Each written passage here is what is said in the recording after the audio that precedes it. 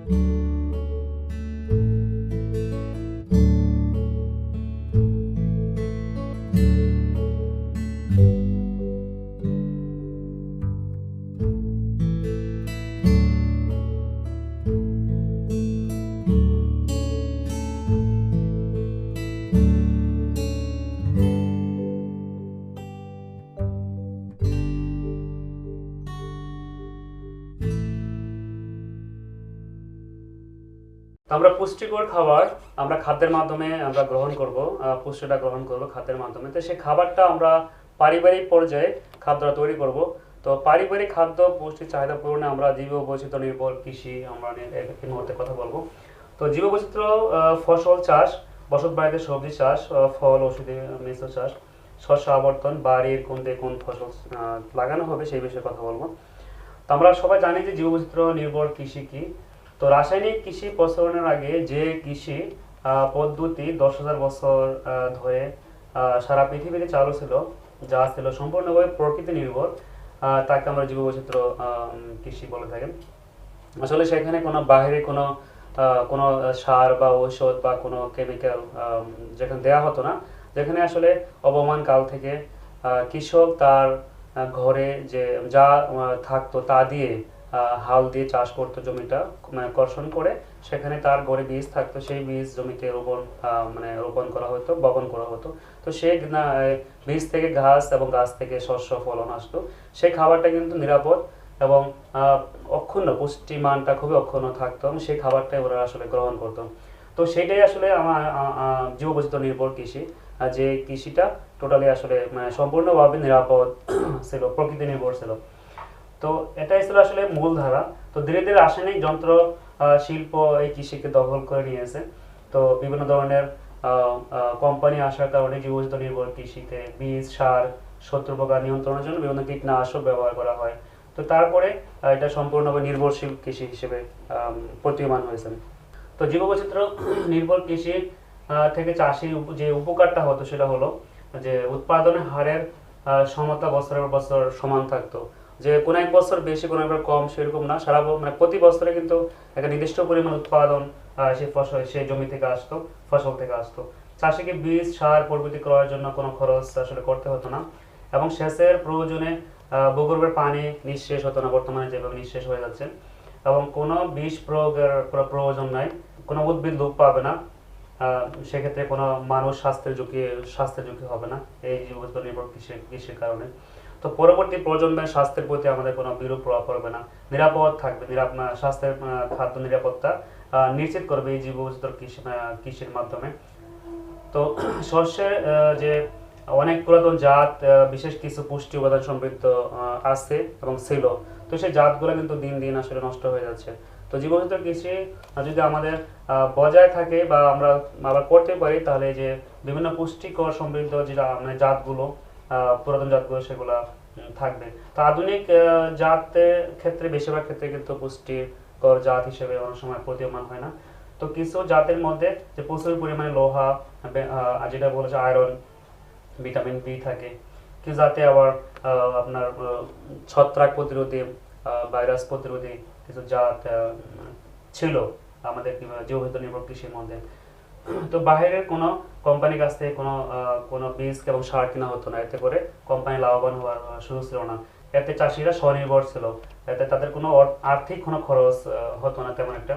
তো যৌথ বীজ ভান্ডার, তাদের বীজগুলো কোনো একটা বীজ ব্যাংকে যৌথভাবে গ্রাম পর্যায়ে, পারিবারিক পর্যায়ে বা কোনো একটা মহল্লা কেন্দ্রিক বা কোনো একটা গ্রাম কেন্দ্রিক বীজগুলো থাকতো, সেখান থেকে আসলে বীজ বিনিময়ের মাধ্যমে তারা বীজগুলো পেয়ে থাকতো। বিভিন্ন কমিউনিটির মধ্যে যে উৎপাদনের হাট, যে তাদের যে খাবারটা তৈরি হতো সেই খাবারটা আসলে পাশে কোনো একটা হাটের মাধ্যমে মধ্যে বিক্রি সুযোগ থাকতো এবং এবং যারা অন্য কিছু উৎপাদন করতো, তারা অন্য একটা বিষয় শেয়ারিং করতে পারতো। প্রত্যেকের প্রোডাক্ট যখন হাটে আসতো, তো যার যেটা অভাব হইতো সে সেটা কিনে নিতে পারতো। তো বর্তমান অবস্থায় কিন্তু আসলে তার ব্যতিক্রম হচ্ছে, সব গ্রাম থেকে সব শস্য, সকল ধরনের শাকসবজি বিভিন্ন যেখানে লোক বেশি বাস করে, যেমন শহর অঞ্চলে চলে আসতেছে। এটাও কিন্তু একটা আসলে জৈব বৈচিত্র্য কৃষির একটা বিরূপ। তো পূর্বের কৃষিটা আসলে কৃষক উপকার পেত। তো এখানে একটা আমরা ইকোসিস্টেম জীববৈচিত্র্য কিংবা কৃষি চিন্তা করলে ইকোসিস্টেম বাস্তুসংস্থানকে চিন্তা করতে হবে। তো বাস্তুসংস্থান আসলে বিভিন্ন জায়গায় হতে পারে, ধান খেতে হতে পারে, পুকুরে হতে পারে। তো এখানে দেখা যাচ্ছে যে একটা পুকুরে বা পানির মধ্যে সবে আছে, যে মাছ আছে, শৈবাল আছে, হাঁস, বক, বিভিন্ন ধরনের গাছপালা আছে, এখানে এখানে প্রোটোজোয়া আছে, ছত্রাক আছে, সকল ধরনের প্রাণী, উদ্ভিদ যখন একটা পরিবেশে কোনো ডিস্টার্ব ছাড়া কোনো মানে কোনো প্রাণী বা উদ্ভিদকে কোনো ক্ষতিকর কোনো কিছু প্রয়োগ না করে যখন নিজের মতো করে প্রাকৃতিক নিয়মে বৃদ্ধি পায়, তখন এটা আসলে ইকোসিস্টেম বাস্তুসংস্থান, এবং সেটা কিন্তু জীববৈচিত্র্য নির্ভর। তো আমরা ধান খেতে যে জীববৈচিত্র্য নির্ভর জীববৈচিত্র্যকে দেখে থাকি, যে আমরা যদি বলি যে ধান গাছ হয়েছে, তো আমি যদি ওষুধ প্রয়োগ না করি সেখানে পোকা আসবে। তো পোকাগুলো খাওয়ার জন্য ব্যাঙ আসবে, তো ব্যাঙগুলো খাওয়ার জন্য গিরগিটি বা পোকা খাওয়ার জন্য গিরগিটি আসবে। তো ব্যাঙকে খাওয়ার জন্য এখানে পাখি আসবে, এখানে বক আসবে, এখানে সাপ আসবে। তো এই সবগুলোকে খাওয়ার জন্য আবার পেঁচা আসতে পারে। তো এই যে একটা ইকোসিস্টেম, একটা ধান ক্ষেতের খাদ্য খাদ্য সম্পর্ক, তা আমি যদি জীববৈচিত্র্য নির্ভর চাষটা করে থাকি, তাহলে এটা ধান ক্ষেতের কথা উদাহরণ দেওয়া হয়েছে।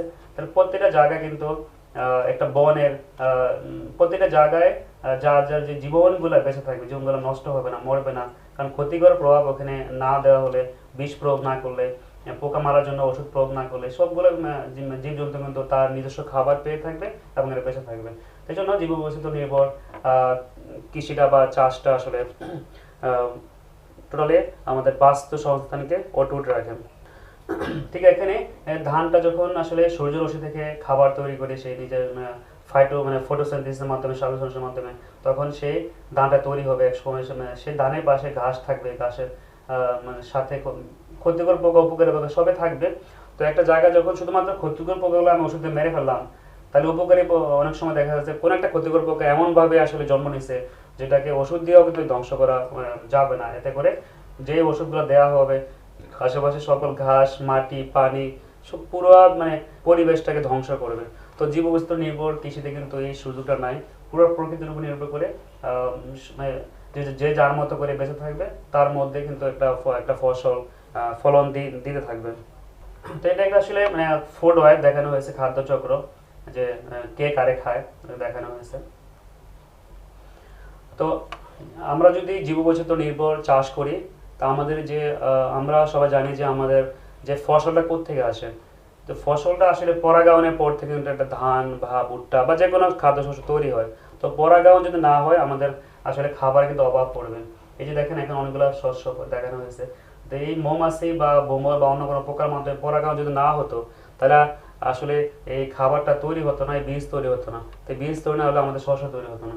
তো আমরা যদি ওষুধ দিয়ে এই পোকামাকড়গুলো মেরে ফেলি, তাহলে কিন্তু আলটিমেটলি আমরা আসলে আমাদের আত্মঘাতী কাজ হয়, যে পোকা ধ্বংস করলে এই পরাগায়ন না হলে আমাদের ধান হবে না, বিভিন্ন ধরনের সব ফসল শস্য হবে না।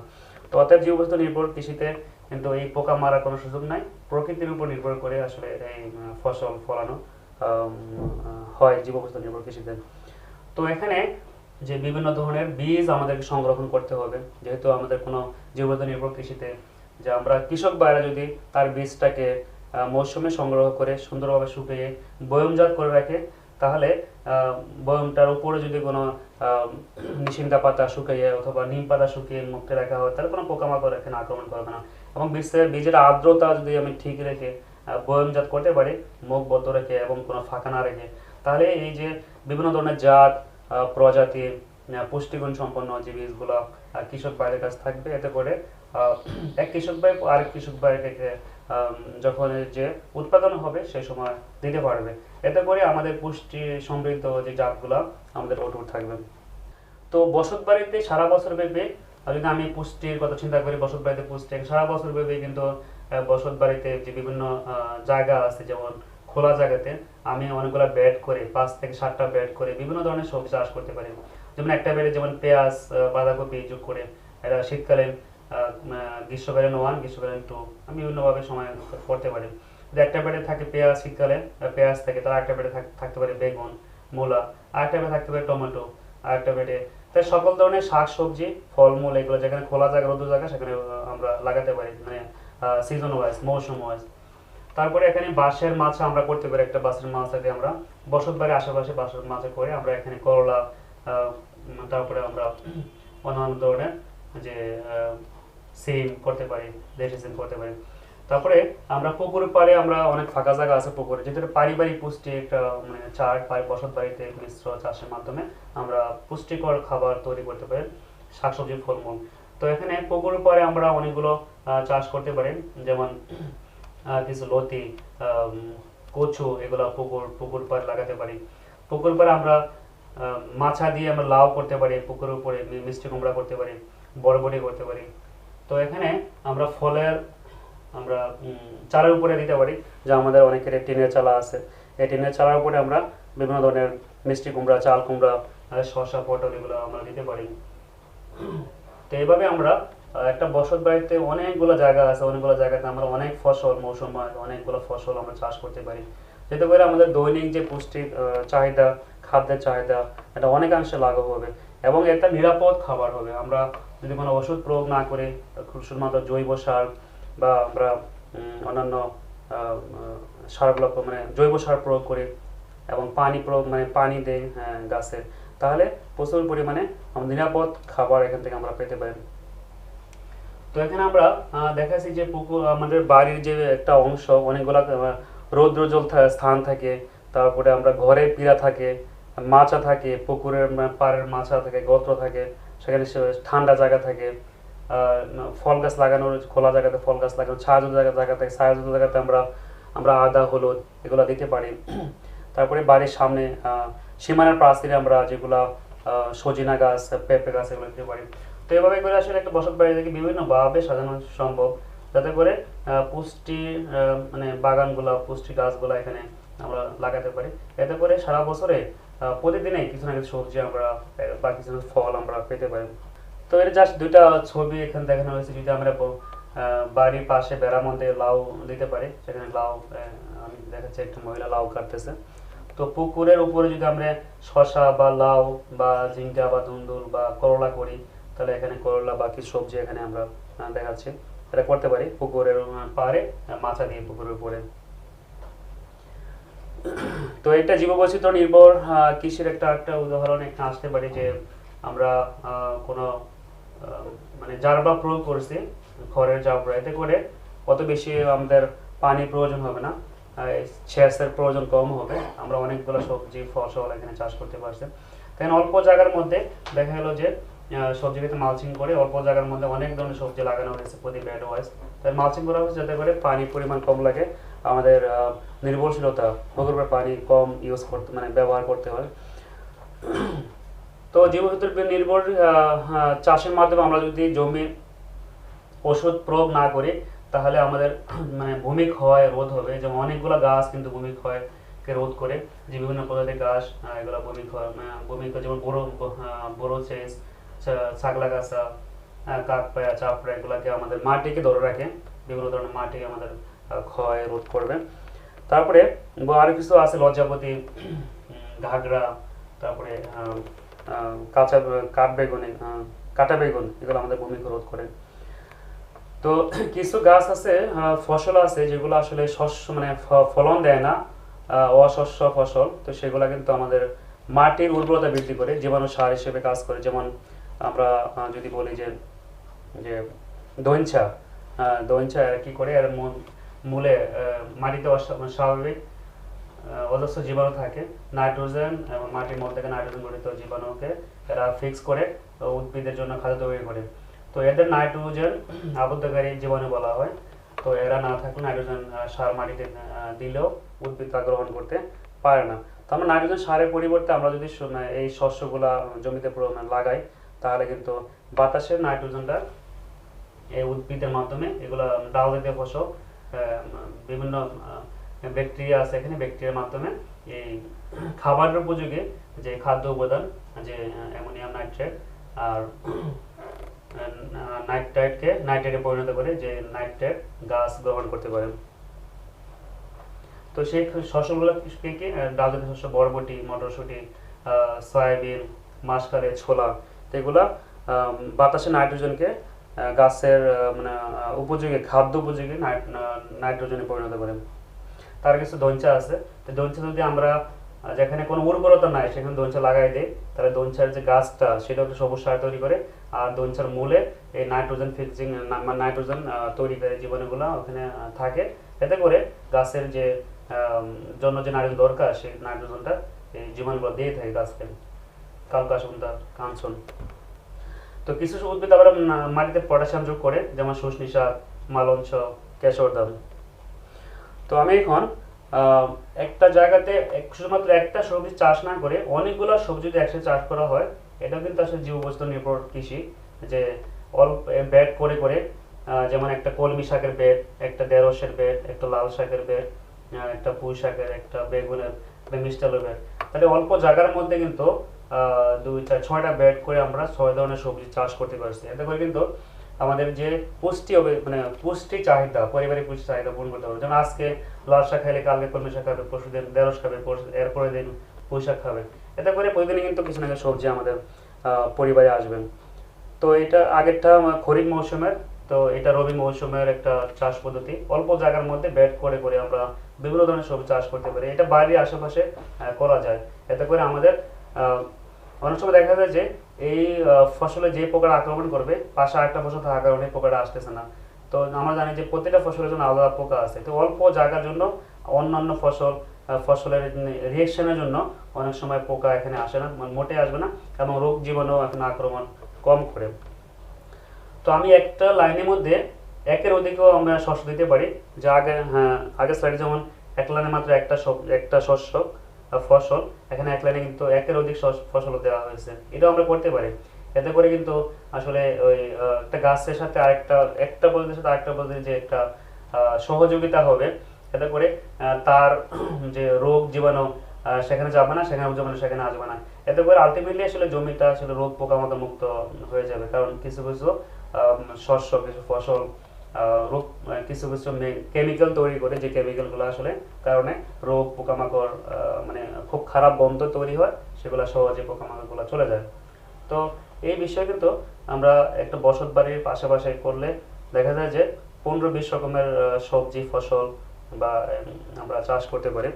এতে করে অনেক কোনো জৈব সার প্রয়োগ করে, কোনো রাসায়নিক বা কেমিক্যাল এখানে প্রয়োগ করার প্রয়োজন হবে না। তো আমরা এখানেও দুইটা ফসল দেখা যাচ্ছে, যে ফুলকপি, পেঁয়াজ আমরা একসাথে চাষ করি। মানে একই ফসল চাষ না করে বিভিন্ন ফসল চাষ করলে কিন্তু আমাদের আসলে আমাদের পোকামাকড় বিষয় আক্রমণ কম হয়। এতে সুষম খাবারটা গাছ গ্রহণ করতে পারে এবং গাছের যে ফলন, জমির ফলন বৃদ্ধি পায়। এখানে ভুট্টার মধ্যে আমরা লাল শাক, আন্তঃফসল চাষ করতে পারি। তো এখানে যে বিষয়টা দেখানো হয়েছে, আসলে একটি জমি বিভিন্ন ভাগে ভাগ করে আমরা যে প্রথম বছরে এখানে আমরা পাতা যদি শাক করি, এবং আরেকটা জায়গাতে টমেটো করি, আরেকটা জায়গাতে আমরা গাজর করি, আরেকটা জায়গাতে আমরা যদি ডাল করি, ঠিক এই জায়গাতে আমরা পরের বছর আমরা টমেটো করতে পারি। এখানে শাক না করে টমেটো করতে পারি। আমরা ঠিক টমেটো যেখানে ছিল সেখানে আমরা গাজর করতে পারি, সেখানে গাজর ছিল সেখানে আমরা ডাল করতে পারি, যেখানে ডাল ছিল সেখানে আমরা শাক করতে পারি। এই যে একটা খাদ্যর আবর্তন, শস্য আবর্তনের মাধ্যমে কি হয় যে শাক জাতীয় খাবারগুলো আমরা সবাই জানি যে নাইট্রোজেন জাতীয় খাবার বেশি লাগে। আবার ফল জাতীয় খাবারগুলোর ফসফরাস জাতীয় খাবার বেশি লাগে, মানে ফসফরাস জাতীয় খাবার বেশি লাগে। আবার মূল জাতীয় খাবারগুলো পটাশ জাতীয় খাবার বেশি লাগে। আবার ডাল জাতীয়গুলা আবার নাইট্রোজেন জমিতে যোগ করে। এই যে একটা নাইট্রোজেন জমি যোগ করে পরবর্তীতে কিন্তু আবার শাক আসছে, শাকের নাইট্রোজেন বেশি লাগে। এই যে একটা শস্য আবর্তন করার কারণে মাটির উপরের স্তর, নিচের স্তর বা খাদ্যর যে চাহিদা, কোনোটা ফল তৈরি করে মাটির উপরে, কোনোটা মাটির নিচে রোড তৈরি করে। তো যা অনেকের নাইট্রোজেন বেশি দরকার, অনেক ফসলের ফসফরাস বেশি দরকার, অনেক ফসলের পটাশ বেশি দরকার, অনেক ফসলের অন্যান্য আবার বাড়িতে নাইট্রোজেন যোগ করি। তো এভাবে যদি পর্যায়ক্রমে আমরা একটা জায়গাতে মানে প্রতি বছরে একই ফসল চাষ না করে বিভিন্ন ফসল চাষ করি, তাহলে মাটির যে উর্বরতা ঠিক থাকবে, মাটির গঠন ঠিক থাকবে, এবং এতে করে বাইরে থেকে অতিরিক্ত সার বা কীটনাশক প্রয়োগ করার কোনো প্রয়োজন হবে না। জৈব বৈচিত্র্য নির্ভর মাধ্যমে আমরা এই চাষ ফসল পেতে পারবো।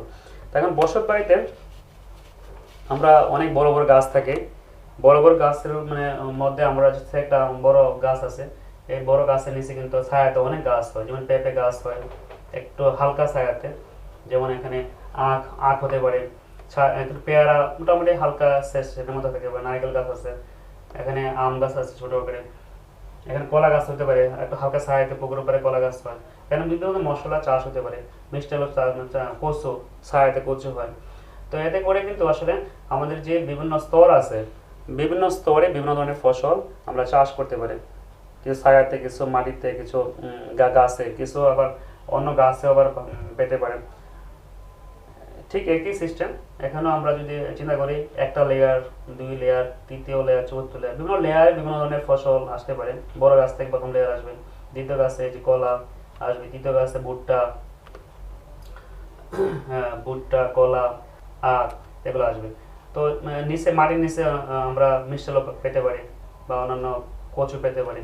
তো এই যে বসত বাড়িটা, আসলে পুরো বসত বাড়িটাকে আমরা একটা পুষ্টিকর বাড়ি হিসেবে আমরা মানে নির্ধারণ করতে পারি, যে প্রতিটা জায়গায় কিন্তু 1 ইঞ্চি জমি আমরা ফেলে না রেখে বিভিন্ন ধরনের প্রোগ্রাম করে যদি আমরা গাছ লাগাতে পারি, তাহলে ওই বসত বাড়ি থেকে কিন্তু সারা বছর ব্যাপী আমাদের পরিবারের যে পুষ্টিক দরকার, যে খাবার দরকার, খাবারটা আমরা নিরাপদ খাবার আমরা পেতে পারি। তারপর ধানের জমিতেও কিন্তু এক ধরনের ধান বেঁধে রেখে বিভিন্ন ধরনের ধান চাষ করতে পারি। এতে করে আমরা কিছু পোলাও চাল হতে পারে, কিছু চিকন চাল থাকতে পারে, কিছু সুগন্ধি চাল থাকতে পারে, বিভিন্ন ধরনের বা বিভিন্ন রঙিন চাল, লাল চাল হতে পারে এখানে। এতে করে কিন্তু বিভিন্ন ধরনের ধানে বিভিন্ন ধরনের পুষ্টি উপাদান থাকার কারণে আমরা মিশ্র ধান হিসেবে আমরা এগুলো চাষ করতে পারি।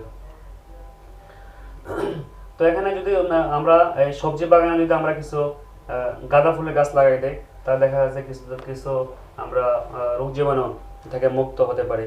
গাঁদা ফুল লাগানোর কারণে গাঁদা ফুলের যে একটা কেমিক্যাল রস নিঃসৃত হয়, এই রসের কারণে এই গাছগুলোতে আসলে কোনো জীবাণু আসবে না, কোনো ছত্রাক আসবে না, এতে করে রোগ বিসুখ হবে না এবং গাছগুলো বেঁচে থাকবে। তো ঠিক এখানে তাই জীববৈচিত্র্য নির্ভর চাষের ক্ষেত্রে এখানে একটা ধানের পরিবর্তে যদি আমরা বেশি ধান চাষ করি অল্প জায়গার মধ্যে, এতে করে কি হবে, উচ্চ জীব বৈচিত্র্য হবে।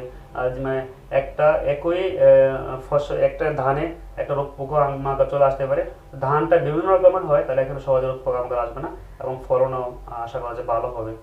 তো এখানে একটা ভুট্টা সারির পরিবর্তে যদি আমরা ভুট্টা এবং সিম আন্তঃফসল চাষ করতে পারি, এতে করে কিন্তু রোগ পোকামাকড় আক্রমণ কম হবে এবং আমাদের উৎপাদন বৃদ্ধি পাবে।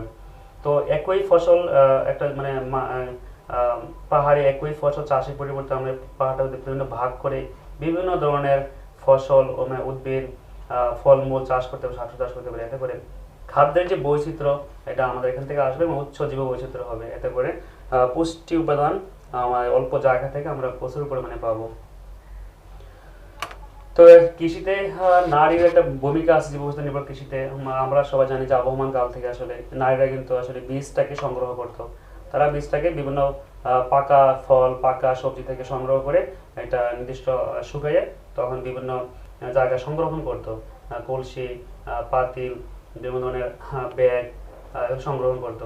তো সংরক্ষণ এখনো এখনো আমাদের গ্রাম অঞ্চলে নারীরা আসলে এই বীজটাকে সংরক্ষণ করে বিভিন্নভাবে বীজদান হিসেবে বা বীজের সবজি ফসল বীজ বা ফলের বীজ হিসেবে সংগ্রহ করে বিভিন্ন পর্যায়ে সংগ্রহ করে। তো এখনো সংগ্রহ করা এবং এটা ধারাবাহিকতা রাখা উচিত, কারণ আমাদেরকে জীববৈচিত্র্য নির্ভর কৃষিতে এই বীজ সংগ্রহণ একটা গুরুত্বপূর্ণ বিষয়। তো এখন আমি জীববৈচিত্র্য নির্ভর কৃষির মাধ্যমে ভেষজ উদ্ভিদ নিয়ে কথা বলবো, মেডিসিনাল প্লান্ট নিয়ে কিছু কথা বলবো। তো আমরা সবাই জানি যে ভেষজ উদ্ভিদ হচ্ছে এমন একটা গাছ যা সাধারণত খাদ্য, স্বাদ বৃদ্ধি, ঔষধ অথবা সুস্বাস্থ্যের জন্য ব্যবহৃত হয়। সাধারণত ওষুধ তৈরিতে ব্যবহৃত উদ্ভিদগুলোকে ভেষজ উদ্ভিদ বলা হয়, মেডিসিনাল প্লান্ট হিসেবে। তো সেই উদ্ভিদগুলোর পাতা, ফুল, ফল, শিকড়, বীজ, ছাল, বাকল সব কিছু আসলে আমাদের প্রয়োজন বিভিন্ন রোগ বিসুখের ক্ষেত্রে। এগুলো আমরা পরিমিত পরিমাণে প্রয়োজন অনুসারে এবং নির্ধারিত যে ডোজ আছে আমরা খেতে পারি। তো আমরা কয়েকটা উদ্ভিদ এখানে আমরা কথা বলবো, যেমন বাসক পাতা। এখানে বাসক পাতা ছবি দেওয়া আছে।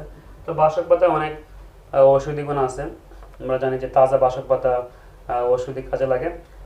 তার বাসিসিন নামীয় ক্ষারীয় পদার্থ থাকে, যেটা আমাদের যে ঠান্ডা শ্বাসকষ্টের জন্য এই বাসক পাতা আমরা খুব ভালো কাজ করে। বাসক পাতা নির্যাস বা রস, সিরাপ যদি আমরা খাওয়া হয় ঠান্ডার জন্য তরল হিসেবে, তখন আমাদের আসলে সর্দি, কাশি, শ্বাসনালী প্রদাহ এগুলো অনেক ক্ষেত্রে কমে যাবে। তেলাকুচা একটা ঔষধি গুণ সম্পন্ন একটা ফসল।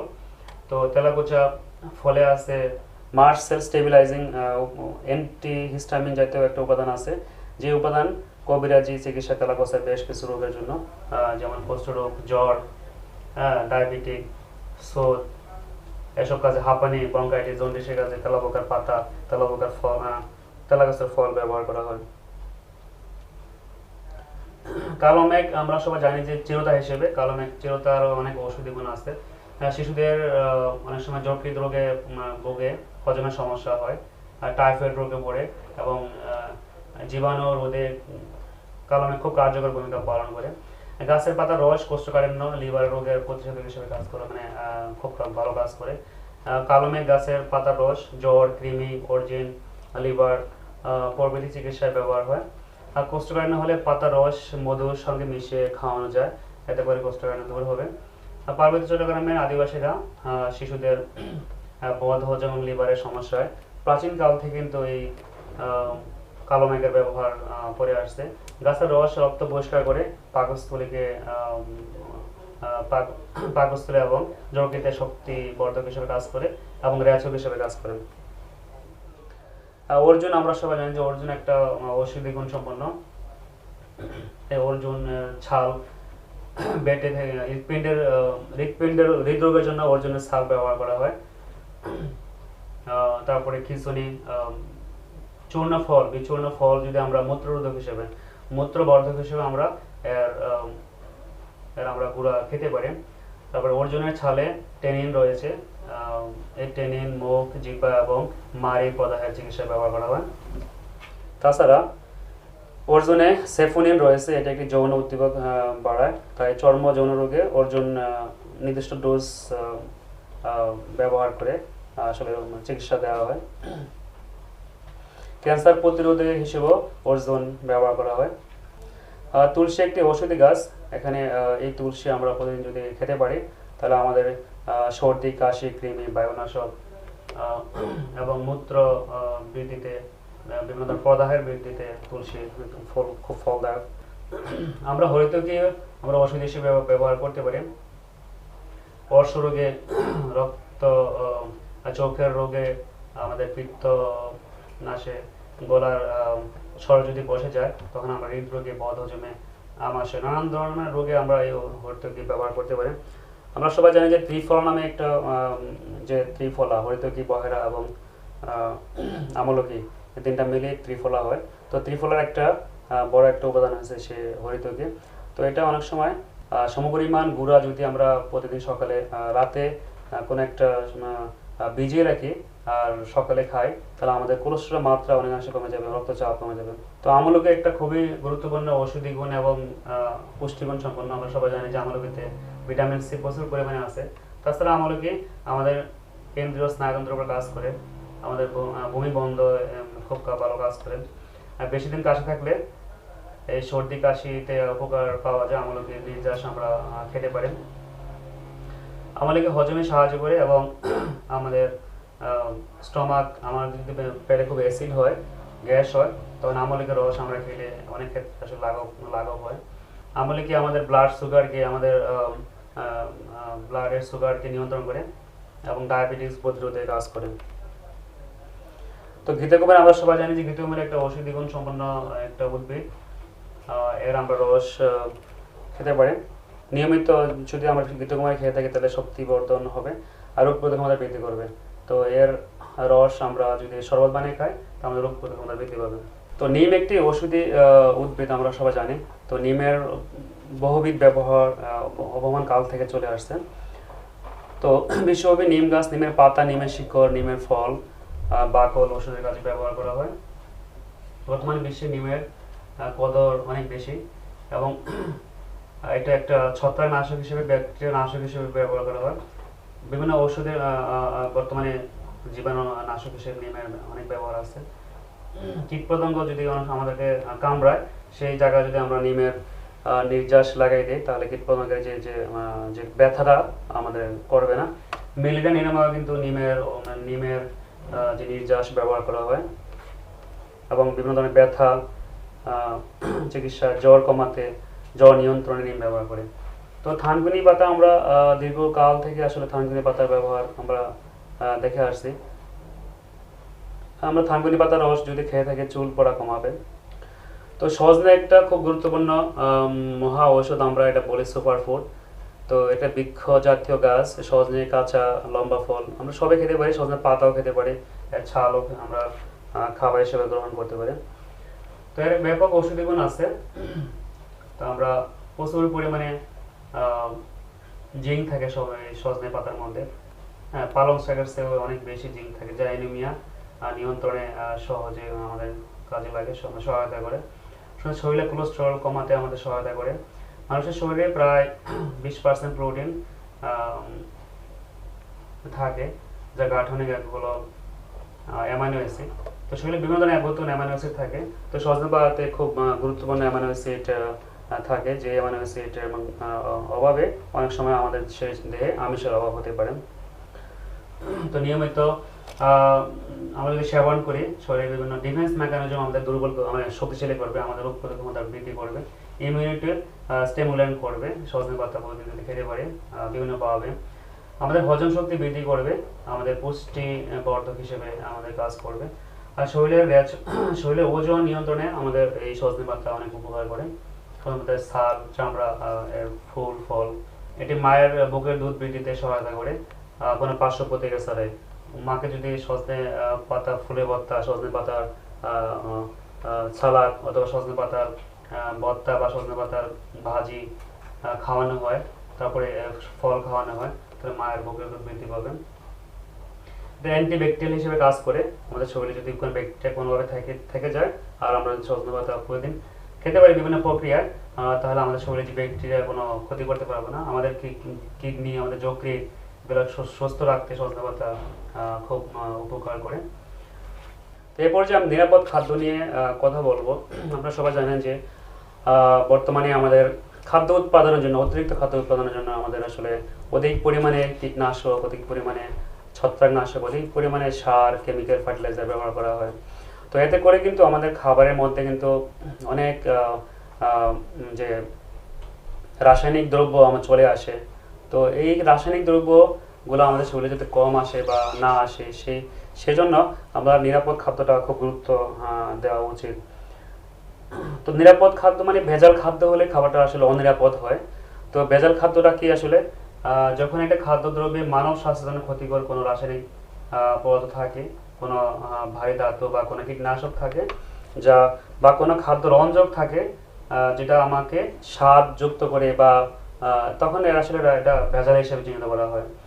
তো খাদ্য ভেজাল হয় কিভাবে? তো সাধারণত চারভাবে খাদ্য ভেজাল হয়। কিভাবে? ইচ্ছাকৃতভাবে ভেজাল হয়, প্রাকৃতিকভাবে ভেজাল হয়, অবহেলাজনিত ভেজাল হয়, এবং খাদ্যের রাসায়নিক দ্রব্যের মিশ্রণের মধ্যে ভেজাল হয়। তো আমরা যদি একটু ব্যাখ্যা করি ইচ্ছাকৃতভাবে ভেজাল কিভাবে হয়। যে সরিষার সাথে বিজাতীয় বীজ, সরিষা আমি বীজ তেল করছি, সাথে করে সরিষার মতো অন্য কোনো বীজ যদি আমি দিয়ে দিই সরিষার তেলে, সরিষার সাথে, তাহলে কিন্তু সরিষার তেলটা ভেজাল হলো। চা পাতার সাথে কলাতের গোড়া, তো চা পাতা যদি অরিজিনাল চা পাতা হয়, মানে প্রাকৃতিকভাবে চা পাতা তৈরি, তার সাথে আমি কলাতের গোড়া দিয়ে দিই, তাহলে চায়ের যে নির্যাস বা চায়ের যে টেস্ট, চায়ের যে ফ্লেভার, এটা আমাদের থাকবে না, এটা ভেজাল হয়ে গেল। তো আমরা সবাই জানি যে ভোজ্য তেলের সাথে খনিজ তেল মিশ্রিত করে ভেজাল তৈরি করা হয়, যেটা স্বাস্থ্যের জন্য খুবই ক্ষতিকর। তো হলুদের গুঁড়ার সাথে লেড ক্রোমেট মিশ্রণ দেওয়া হয়। তো আমার সমাজে যে হলুদের গুঁড়াকে আরও হলুদ করার জন্য লেড ক্রোমেট এটা কেমিক্যাল দেওয়া হয়, এতে কিন্তু আমাদের স্বাস্থ্যের সাংঘাতিকভাবে ক্ষতি করে। তো প্রাকৃতিক ভেজালটা কি? প্রাকৃতিক ভেজাল হচ্ছে পানীয় জলে ফ্লোরাইড, আর্সেনিক। এটা প্রাকৃতিক, আমাদের ভূগর্ভ অবস্থা পানিতে আর্সেনিক থাকে, এটা প্রাকৃতিক ভেজাল। পালং শাকে অক্সালিক অ্যাসিড থাকে, এটা একটা প্রাকৃতিক ভেজাল, মাটি থেকে অক্সালিক অ্যাসিড পালং শাকে চলে আসে, সে পালং শাক থেকে আমাদের শরীরে আসে। তো আলুতে সোলালিন, তো আমার সবাই জানা যে যখন একটা আলো সূর্যরশ্মির উপস্থিতিতে আসে তখন একটা সবুজ হয়ে যায়, তো এই সবুজ আলোটা কিন্তু বিষাক্ত। তো এই আলোটা আসলে আমাদের প্রাকৃতিকভাবে ভেজাল হয়ে যায়, এটা খাওয়া উচিত না। তো অবহেলাজনিত ভেজালগুলো কি কি? আমার সবাই জানে যে চাইনিজ খাবার, আমরা সবাই কম বেশি চাইনিজ খাবার খাই, তো সেখানে একটা সোডিয়াম গ্লুটামেট দেওয়া হয়, মনোসোডিয়াম গ্লুটামেট, তো কিওমারিন, তো এগুলো কিন্তু ভেজাল। তো এই ভেজালগুলো আসলে আমাদের অবহেলাজনিত ভেজাল, ইচ্ছাকৃত ভেজাল দিয়ে দিচ্ছে। ভেজিটেবল অয়েলের সাথে ব্রোমিনের মিশ্রণ দিয়ে দিচ্ছে। যাতে করে আমরা এগুলো কিন্তু আমাদের শরীরের জন্য খুবই ক্ষতিকর। তো প্রক্রিয়াজাত খাবারের মধ্যে যে ভেজালগুলো দেওয়া হয়, প্রিজারভেটিভ থাকে, খাবারটাকে যাতে নষ্ট না হয়, জীবাণুর বিরুদ্ধে কাজ করে, তখন ওটা কিন্তু একটা আসলে সালফাইড দেওয়া হয়। তো মিষ্টি তৈরিতে কৃত্রিম রং দেওয়া হয়, মিষ্টিজাত রং দেওয়া হয়। তো রংটা কিন্তু আসলে আমাদের শরীরে অনেক ক্ষতিকর, অনেক মানে শরীরে ক্ষতি তৈরি করে। তো সেই মিশ্রণটা আসলে অনিরাপদ খাদ্য, অনিরাপদ দ্রবণ প্রিজারভেটিভ দেওয়া হয় এবং রং দেওয়া হয়। তো এটা অবহেলার জন্য দেওয়া হয়। তো খাদ্যের রাসায়নিক দ্রব্যের মিশ্রণের মাধ্যমে কিন্তু আমাদের আসলে ভেজালটা হতে পারে। যেমন ক্যালসিয়াম কার্বাইড, আমরা যখন একটা ফল পাকাই, কলা, আম পাকানোর সময় এই কেমিক্যাল দেওয়া হয়, তাহলে এটা কিন্তু আসলে টোটালি আসলে একটা কেমিক্যাল, রাসায়নিক দ্রব্যের মিশ্রণ করা হয়। সেই মিশ্রণটা, এই কার্বাইডটা কিন্তু খুবই ক্ষতিকর আমাদের স্বাস্থ্যের জন্য আর কি। তারপরে আমাদের কাপড়ের রং দেওয়া হয়, যেমন আইসক্রিমের কাপড়ের রং দেওয়া হয়, এটা খুবই সাংঘাতিকভাবে ক্ষতিকর। আমাদের বিভিন্ন ধরনের আইসক্রিম আমরা খাই, সেখানে রং দেওয়া হয়। তো কৃত্রিম মিষ্টি তৈরিতে আমরা রং দিই বিভিন্ন ধরনের ইউরিয়া পরিষ্কার করার জন্য। আমরা আমরা মুড়ি পরিষ্কার করার জন্য, সাদা করার জন্য ইউরিয়া দিয়ে থাকি। তো এগুলো রাসায়নিক দ্রব্য মিশ্রণ করা হয়। তো এগুলো সব ভেজালের আসলে অন্তর্ভুক্ত। তো বিশেষজ্ঞদের মতে, পুষ্টিবিদদের মতে আসলে মাছে যে ফরমালিন ব্যবহার করা হয় তা দীর্ঘ সময় সংরক্ষণের জন্য পচন রোধে করা হয়। এটা না হয় সেক্ষেত্রে ঠিক আছে, যে মাছটা যদি আমি দীর্ঘক্ষণ ফ্রিজে রেখে দিই বা ভালোভাবে ধৌত করে রান্নার আগে ভালোভাবে আমি সিদ্ধ করে খাই, তাহলে ফরমালিনটা অনেকাংশে আমাদের চলে যায়। আর ফলে যে কার্বোহাইড্রেট দেওয়া হয় দ্রুত পাকানোর জন্য, সেটা কলা আনারসে, এটা কিন্তু আসলে আমাদের ক্ষতি করতে পারে। আর মুড়িতে ইউরিয়া দেওয়া হয় সাদা করার জন্য। এই ইউরিয়াটা কিন্তু একসময় আমাদের শরীরে, আমাদের যে কিডনি, আমাদের লিভার, এগুলো হৃৎপিণ্ডটা ক্ষতি করতে পারে। তো মিষ্টি খাদ্যে কাপড়ের রং ব্যবহার করা হয় সুগন্ধ করার জন্য, তো এগুলো কিন্তু আমাদের ক্ষতিকর। তো ভেজাল খাদ্যের কথা বললাম। তো অণুজীবিক দূষণ কিন্তু এক ধরনের ভেজাল, যেটা আমরা চোখে দেখি না, জানি না, ইচ্ছাকৃত না অনিচ্ছাকৃত, যে কোনোভাবে জীবাণু আমাদের খাবারে চলে আসছে, এটা আলট্রা মাইক্রোস্কোপের মাধ্যমে জীবাণু চলে আসছে, এটা কিন্তু অণুজীবিক জীবাণু। তারপর টক্সিন, কোনো কারণে একটা বিষাক্ত দ্রব্য, জীবাণু গঠিত হোক বা রাসায়নিক গঠিত হোক, কোনো একটা বিষ চলে আসে, সেটা কিন্তু আসলে ভৌত রাসায়নিক দূষণ। তো অস্বাস্থ্যকর পরিবেশে আমরা যদি খাবারটা গ্রহণ করি, তাহলে কিন্তু আসলে অণুজীবিক দূষণ হতে পারে, যে এখানে কোনো ছত্রাক, কোনো ব্যাকটেরিয়া, কোনো ফাঙ্গাস চলে আসতে পারে। তাহলে অপরিচ্ছন্ন পরিবেশে রান্না, কাঁচা খাবার, এভাবে রাস্তার পাশে ফল খাওয়া, রাস্তার পাশে, এগুলো কিন্তু কোনোভাবে খাওয়া উচিত হবে না। তাহলে এটা কিন্তু একটা অনিরাপদ খাবার। তাহলে আমাদেরকে নিরাপদ থাকার জন্য চেষ্টা করতে হবে যে এই খোলা জায়গাতে কাঁচা খাবার বা খোলা খাবার কোনোভাবে খাওয়া যাবে না, এটাকে আমাদেরকে অ্যাভয়েড করতে হবে। যেন ফলমূল কেটে দীর্ঘক্ষণ রাস্তা আমাদের রেখে দিচ্ছেন। তারপরে আমরা যে বিশেষ করে আমাদের বাংলাদেশে রমজান মাসে এটা বেশি দেখা যায়, বা গ্রাম অঞ্চলে অনেকবারে মানে বাজারে দেখা যায় যে অনেক কিছু পুড়ে শুধু রান্না করা খাবারও শুধু রাস্তার পাশে রেখে দিচ্ছে। আর দীর্ঘক্ষণ এগুলা পোড়া তেল দিয়ে রান্না করা হয়েছে, বিশেষ করে ভাজি পোড়া করা হয়েছে। তো সেখানে কিন্তু অনেক ধরনের দূষণ আছে, যেমন তেলটা নষ্ট হয়ে গেছে নাম্বার ওয়ান। দ্বিতীয় হলো যে রাস্তা থেকে বিভিন্ন ধুলাবালি আসছে, তো সেখানে ব্যাকটেরিয়া, ভাইরাস, ছত্রাক এগুলো চলে আসছে। তারপরে আমাদের হোটেলে আমরা দেখি যে দীর্ঘক্ষণ যে হোটেলগুলোতে আসলে ভত্তা বানানো হয়, যে সকালে ভত্তা করছে, সে রাত্র পর্যন্ত ভত্তা চলতেছে। তো এগুলো বিভিন্ন ভাবে বাতাস থেকে বা মানুষের স্পর্শের মাধ্যমে ছত্রাক, ব্যাকটেরিয়া চলে আসতে পারে, সেগুলো কিন্তু খুব সাংঘাতিক রকমের অনিরাপদ খাদ্য।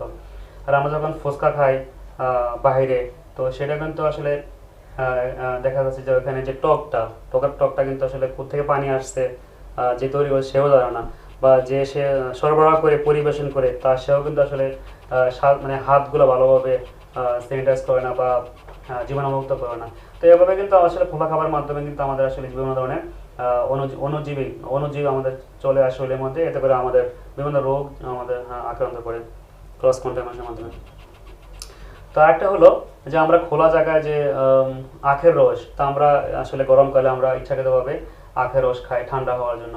তো সেই আখের রসটা না হয় ঠিক আছে, তো আখের রসের যে বরফটা দেওয়া হয়, সো মানে আমার জানা নেই যে আসলে বাংলাদেশে যে নিরাপদ পানির কোনো বরফ কল আছে। তো পানির বরফটা যে কোনো আসলে পানি দিয়ে তৈরি করা হয়। তো এই কথাটা জানা একটা ভালো দরকার, যে যদি কোনো একটা জীবাণু, পানিটা বরফ হয়, জীবাণু কিন্তু নষ্ট হবে না, জীবাণুটা চুপ করে বসে থাকে। যখন আপনি খাবেন এই রসের মাধ্যমে, তখন জীবাণু আপনার শরীরে চলে যাবে। অতএব এটা খেয়াল রাখতে হবে যে এই টকটা অনিরাপদ পানি দিয়ে ফুচকার টক, এই ফুচকার টকটা কিন্তু আসলে সিদ্ধ করা হয় না, মানে গরম করা হয় না। এতে করে কি টকটা প্রচুর জীবাণু থাকতে পারে, এটা কিন্তু খেয়াল রাখতে হবে। এজন্য ফুচকা খাওয়ার সময় টকটা না খাওয়াই ভালো আর কি। তবে আখের রসে অনেক সময় জীবাণু থাকে, যে ছত্রাক সহ যদি এই রসটা দেওয়া হয় এটা কিন্তু অনেক সময় ক্ষতিকর। আর যে বরফ দেওয়া হয়, বরফটাও আসলে বরফ ছাড়াই আখের রস খেতে পারলে ঠিক আছে। তো এর সমাধান কি? এর সমাধান হলো আসলে পরিষ্কার স্বাস্থ্যসম্মত পরিবেশে খাদ্য রান্না করতে হবে এবং পরিবেশন করতে হবে। আর খাদ্যকর্মী, যদি এটা হোটেলে হয় বা কোনো রেস্টুরেন্টে হয়, যে খাদ্যকর্মী তারা খুব যেন সুস্থ থাকে, তাদের শরীরে যেন কোনো জীবাণু না থাকে, তারা যেন অসুস্থ না হয় সেটা খেয়াল রাখতে হবে। আর ছোঁয়াচে রোগ যেন দ্বারা আক্রান্ত না হয় কোনো খাদ্যকর্মী, কোনো হোটেল কর্মী, এটা খেয়াল রাখতে হবে। সবসময় যেন সে একটা পোশাক পরে খাদ্য পরিবেশন করার সময়। তো এপ্রন বা কোন হ্যান্ড গ্লোভস পরবে, মাথায় টুপি থাকবে, এগুলো খেয়াল করতে হবে। বা যে আমরা যারা দোকানে খাবো, সেই যে দোকানে এগুলো নাই সেগুলো আমরা অ্যাভয়েড করব। আর নিরাপদ খাদ্য স্বাস্থ্যসম্মত পরিবেশ সংগ্রহ করতে হবে। তো আমরা খাবার তোলা, রান্না হওয়া খাবারটা আমাদের স্বাস্থ্যসম্মত পরিবেশে একটা বাটির মধ্যে ঠান্ডা জায়গায় আমরা সংরক্ষণ করতে হবে। অথবা যদি কোনো ঠান্ডা জায়গা না থাকে তাহলে ঘরে কোনো একটা জায়গাতে যেখানে রৌদ্র আলো, সূর্যের আলো বেশি পড়ে না, সেখানে রাখার ব্যবস্থা করতে হবে। আর দ্বিতীয়বার যখন খাওয়া হবে তখন আবার মানে খুব ব্লক আসা আবার রান্না করতে হবে। তো আমরা যে কোনো এলাকা দেখি, শহরে বা গ্রামে হোক, আমরা গরু জবাই করি। তো গরু যেখানে জবাই করি সেখানে অনেক নোংরা, অনেক ময়লা আবর্জনা, অনেক গোবর থাকে। তো এটা কিন্তু আসলে অণুজীবী দর্শকের জন্য খুব একটা খারাপ জায়গা। সেখানে অপরিচ্ছন্ন পরিবেশে পশু জবাই করাটা এটা ঠিক উচিত না। পরিষ্কার পরিচ্ছন্ন রাখতে হবে। জবাই করার পর মৃতদেহ মাটিতে রেখে চামড়া সেলাই করা কাটা হয়, এটাকে উচিত না। একই জায়গায় বারবার গরু জবাই করা হয়, একটা জবাই করার পরে আবার জবাই করা হয়, একই ছুরি দিয়ে বারে বারে মানে মুরগ জবাই করা হয় এবং পাখি জবাই করা হয়। তো এটা কিন্তু একটা প্রাণী শরীর থেকে আরেকটা প্রাণীর শরীরে কিন্তু এই ছুরির মাধ্যমে, কাঁচির মাধ্যমে জীবাণুটা ছড়ায়। তো দূষিত ছুরি কাঁচি, পশুর মলমূত্র যেন থাকে এসব জায়গাতে। তো দীর্ঘক্ষণ মাংস স্বাভাবিক তাপমাত্রায় রাখা যাবে না, এটাকে ঠান্ডা তাপমাত্রা রাখতে হবে। তো এর সমাধান হলো পরিষ্কার স্বাস্থ্যসম্মতভাবে জবাই করতে হবে। এবং জবাই করার সাথে সাথে আমরা মৃতদেহটাকে, যদি খাসি হয় আমরা ঝুলাই দেবো, যাতে করে মাটির সাথে স্পর্শ করবে না এবং রক্তটা আস্তে আস্তে নিচে দিকে পড়ে যাবে। তো মাংস কাটার সাথে সাথে শরীর তাপমাত্রা রাখতে হবে। কারণ মাংসের ভিতরে যে রক্তটা আছে সেটাকে যদি না বের হয় তাহলে খুব দ্রুত আমাদেরকে ঠান্ডা তাপমাত্রায় মাংসটাকে রাখতে হবে, কোল ছেড়ে রাখতে হবে এবং পরিষ্কার ছুরি কাঁচি ব্যবহার করতে হবে। তো আমরা এখন আসি যে রাসায়নিক দূষণের কিছু ঝুঁকি আছে, যে অ্যান্টিবায়োটিক, স্টেরয়েড, হরমোন। আমরা বর্তমানে গরু মোটাতাজা করার জন্য গ্রামের হোক শহরে হোক আমরা সবাই কৃষক ভাই বা যে কোনো মানুষ ব্যবসায়ী আমরা গরুকে স্টেরয়েড খাওয়াই, হরমোন খাওয়াই, তারপরে নানা ধরনের অ্যান্টিবায়োটিক প্রয়োগ করে থাকি হাঁস মুরগি, পোলট্রি মুরগি, ব্রয়লার মুরগি। তো এটা কিন্তু আসলে অনেক ক্ষেত্রে আসলে আমাদের স্বাস্থ্যের জন্য একটা ঝুঁকি তৈরি করছে। তো বর্তমান অবস্থা আসলে এটা খুব একটা বড় ধরনের একটা অ্যালার্ম, যে হাঁস মুরগি, গরু, ছাগল উৎপাদনের ক্ষেত্রে রোগ প্রতিরোধ ক্ষমতা বৃদ্ধির জন্য, যাতে করে হাঁস মুরগি, গরু ছাগলের রোগ না হয়, সেই ক্ষেত্রে কিন্তু অ্যান্টিবায়োটিক এবং স্টেরয়েড দেওয়া হয়। তো সেটা হয়তো তার জন্য ঠিক আছে, তার তার তার রোগ রোগ প্রতিরোধ হয়ে গেছে, কিন্তু এটার যে একটা আসলে রেসিডিও থেকে যায়, তার যে মানে অতিরিক্ত যে একটা অংশ তার মাংসে, তার কলিজায়, তার ব্রেনে, তার মানে দেহে মাংসের মধ্যে থেকে যায়। তো সেইটা আমাদের দ্রুত বৃদ্ধির জন্য দেওয়া হয়, হরমোন দেওয়া হয়। তো এটা মানব দেহের জন্য কিন্তু আসলে একটা নির্দিষ্ট মাত্রায় ক্ষতিকর। তো এই ক্ষতিটা আসলে অল্প অল্প করে যদি আমরা এগুলো খেয়ে থাকি, এক সময় পর দেখা গেল যে আমাদের আসলে আমাদের হাড়ে, আমাদের লিভারে, আমাদের কিডনিতে এই যে ক্ষতিকর জীবাণুগুলো, ক্ষতিকর অ্যান্টিবায়োটিকগুলো জমা হচ্ছে। তো এতে আমাদের হুমকি স্বরূপ। তো না জেনে শুনে বুঝে আসলে এই জিনিসগুলো অতিরিক্ত ব্যবহার না করে ভালো। তো ব্যবহার করতে হলে অবশ্যই এই এই বিষয়ে যারা অভিজ্ঞ পানি সম্পদ কর্মকর্তা, তাদের সাথে যোগাযোগ করে ব্যবহার করা উচিত বলে আমি মনে করি। এবং খাওয়ার সময় অবশ্যই খেয়াল করতে হবে, বিশেষ করে ব্রয়লার মুরগির যে হাড়, যদি এটা মনে করি যে সেটার মধ্যে অ্যান্টিবায়োটিক দেওয়া আছে, স্টেরয়েড দেওয়া আছে, হরমোন দেওয়া আছে, সেটা খাওয়ার সময় হাড়টা, কলিজাটা, লিভারটা, আমরা কিডনি, তারপরে মানে মাথা, এগুলা না খাওয়াই ভালো আর কি। তো এখানে দেখা গেল যে আহ, একটা নমুনা পরীক্ষা করা হয়েছিল। তো 12টি নমুনা পরীক্ষা করা হয়েছিল এফইউ এর মাধ্যমে। 12টি নমুনার মধ্যে অ্যান্টিবায়োটিকের উপস্থিতি আসলে সর্বোচ্চ সহনীয় মাত্রার উপরে আছে, যে 12টি অ্যান্টিবায়োটিকের উপস্থিতি সর্বোচ্চ সহনীয় মাত্রার উপরে আছে, তার মানে অ্যান্টিবায়োটিকের উপস্থিতি আছে যেটা সহনীয় মাত্রার উপরে। অর্থাৎ এটা একটা আসলে আমাদের জন্য খুবই একটা সতর্কবাণী। তো আমরা এখন কিছু ঝুঁকি আমরা নিজেরাই আসলে অজ্ঞাত সারে আমরা না জেনে শুনে এগুলো আমরা রাস্তার পাশে খাচ্ছি। তার কারণে হচ্ছে যে অনিরাপদ পানি, যে আমরা যে রঙিন পানি খাচ্ছি রাস্তার পাশে, যেটা নিরাপদ নয়। কোত্থেকে পানিটা আসছে আসলে এটা কেউ বলতে পারে না, এটা আনসেফ ওয়াটার। অনিরাপদ পানি তৈরি বরফ, যে আমরা গরমের সময় লেবুর শরবত খাচ্ছি রাস্তার পাশে, পানিটাও কিন্তু অনিরাপদ, কোত্থেকে আসছে এবং যে বরফ দেওয়া হয়েছে বরফটাকে অনিরাপদ। আর আরেকটা বিষয় হচ্ছে যে অননুমিত সুগন্ধি এবং রঞ্জক ব্যবহার করা। এই যে আইসক্রিমের মধ্যে 5 টাকা 2 টাকা 3 টাকা দামের বিভিন্ন ললিপপ, এগুলোর মধ্যে আসলে দাম কিন্তু খুবই কম, 2-5 টাকা 10 টাকা। তো এই 2-5 টাকা 10 টাকা একটা প্রোডাক্ট রং, যেটা ফোর্থ গ্রেড রং, ভালো মানের রং কিন্তু অনেক টাকা দাম। তো এই অল্প দামের আইসক্রিমে আসলে ভালো মানের রং বা ফোর্থ গ্রেড রং দেওয়া হয় না কোনোভাবেই। তো এটা দেওয়া হয় কিন্তু আসলে ডাই, বিভিন্ন ধরনের ইন্ডাস্ট্রি ডাই, রঞ্জক পদার্থ, যেগুলো আমাদের জন্য ক্ষতিকর। তো আমি বলবো যে আমরা রাস্তার পাশে বা কম দামের এই যে আইসক্রিম কোনোভাবে খাওয়া উচিত নয়। তো এখানে একটা রাসায়নিক দূষণ হয় কিরকম, যে আমি যদি অতিরিক্ত তেলে, মানে সবসময় একটা, যেমন সিঙ্গারা, পেঁয়াজু, বেগুনি এগুলো ভাজা হচ্ছে, তো ভাজার কারণে 1 ঘন্টা 2 ঘন্টা একবেলা, তো সকালে বসাইছে আর সারাদিন বাজতেছে। তো হয়তো প্রথম 1 ঘন্টা ঠিক আছে, 2 ঘন্টা ঠিক আছে, তারপরে যে খাবারগুলো তৈরি হবে, যে পেঁয়াজু তৈরি হবে, তারপরে তেল পড়ে যাবে, তখন এই তেলটা কিন্তু বিষাক্ত হয়ে গেল। বিষাক্ত তেলের পরে তেলের খাবার আমাদের কোনোভাবে খাওয়া উচিত না। একই তেলে বারবার ব্যবহারের তেলের যেটা জারণ ঘটে, জারণের মাধ্যমে কিন্তু এলডিহাইড তৈরি হয়, কেটোন তৈরি হয়, যেটা আমাদের জন্য খুবই ক্ষতিকর এবং এটা তেলটা পচে যায়, রেনসিডিটি অফ অয়েল বলা হয়। তো এখন যদি আমাদের এই খাবারগুলো কিন্তু এখন কেএফসি, জেএফসি, নানান ধরনের মানে খুব ফাস্ট ফুডের দোকানে এগুলো খুব এখন খাওয়া হয়। তো কিছু বিষাক্ত দ্রব্য কিন্তু এখানে অনেক কিন্তু তৈরি হয়, যার নাম বলে অ্যালকালামাইড। তো যখন কোনো একটা শর্করা পোড়া হয়, পোড়ার কারণে অ্যাক্রিলিমাইড একটা দ্রব্য তৈরি হয়, যে অ্যাক্রিলিমাইড কিন্তু ক্যান্সারের জন্য দায়ী। যদি এটাকে আমরা ফ্রাই করা হয়, টোস্টার করা হয়, অতিরিক্ত আসলে শর্করা পুড়ে যায়, তখন অ্যাক্রিলিমাইড তৈরি হয়। অ্যাক্রিলিমাইড তৈরি হওয়ার মানে হয়েছে আসলে এই খাবারটা আমাদের জন্য নিরাপদ নয়। তো আমরা আমিষ খাই ঠিক আছে, কিন্তু আমিষ যখন পড়ে যায় তখন কিন্তু আসলে একটা বিপদ ঘটে। যে দেখা যায় যে আমরা এই কোনো একটা হোটেলে কি করে একটা বরফের একটা টুকরা, বরফের একটা মাংস সরাসরি আয়না 200 ডিগ্রি সেন্টিগ্রেড তাপমাত্রা আয়না দেওয়া হয়। তো এতে বরফটা স্বাভাবিক হয়নি, মানে মাংসটা স্বাভাবিক হয়নি, স্বাভাবিক না হয়ে কিন্তু বরফটা হঠাৎ করে আগুনে দেওয়া হয়। তো এতে মাংসের উপরে একটা এটা বলা হয়েছে আসলে পিএইচ, পলি অ্যারোমেটিক হাইড্রোকার্বন তৈরি হয়। তো এই পলি অ্যারোমেটিক হাইড্রোকার্বন কিন্তু ক্ষতিকর যদি আমরা অতিরিক্ত পরিমাণে খাই, যেটা ট্রান্স ফ্যাট বলে। তো এই ফ্যাটটা কিন্তু আমাদের হজম হবে না, এই খাবারের ফ্যাটটা হজম হবে না। এতে করে যারা আসলে বর্তমানে বিশেষ করে শহর অঞ্চলে যারা একটু মোটি হয়ে গেছে, তার বেশিরভাগ কিন্তু এই যে ফাস্ট ফুডের গ্রিল কাবাব এগুলো খেয়ে থাকে।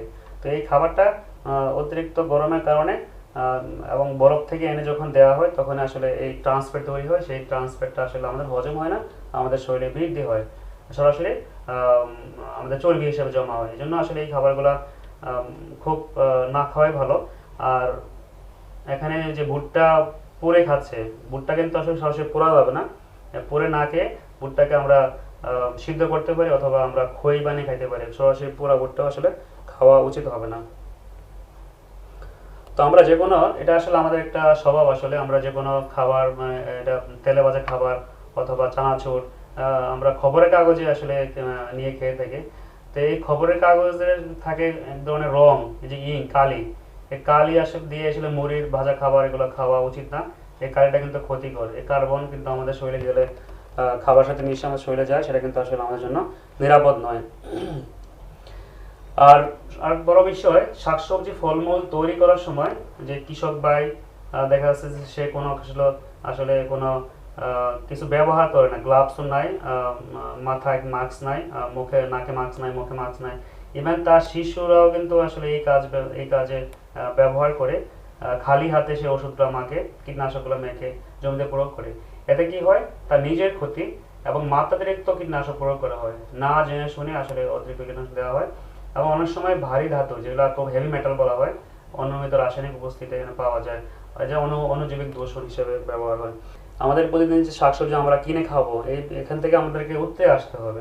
তো উতরে আসা জাস্ট যতটুকু সম্ভব আমরা অতটুকু আমরা চেষ্টা করবো বিশুদ্ধ পানিতে এই সবজিটা আসলে ভালো করে ভিজিয়ে রাখতে হবে। প্রথমে ভিজিয়ে তারপরে ভালো করে দৌড়ে করে কিছু পোকামাকড়, কিছু কীটনাশক আমরা যতটুকু নিতে পারি। তবে এর জন্য একটা গবেষণা আছে যে শাকসবজি ফল থেকে বালাইনাশক, যার কীটনাশক আমরা বলি, অবশিষ্টাংশ দূরীকরণের জন্য একটা পদ্ধতি আছে।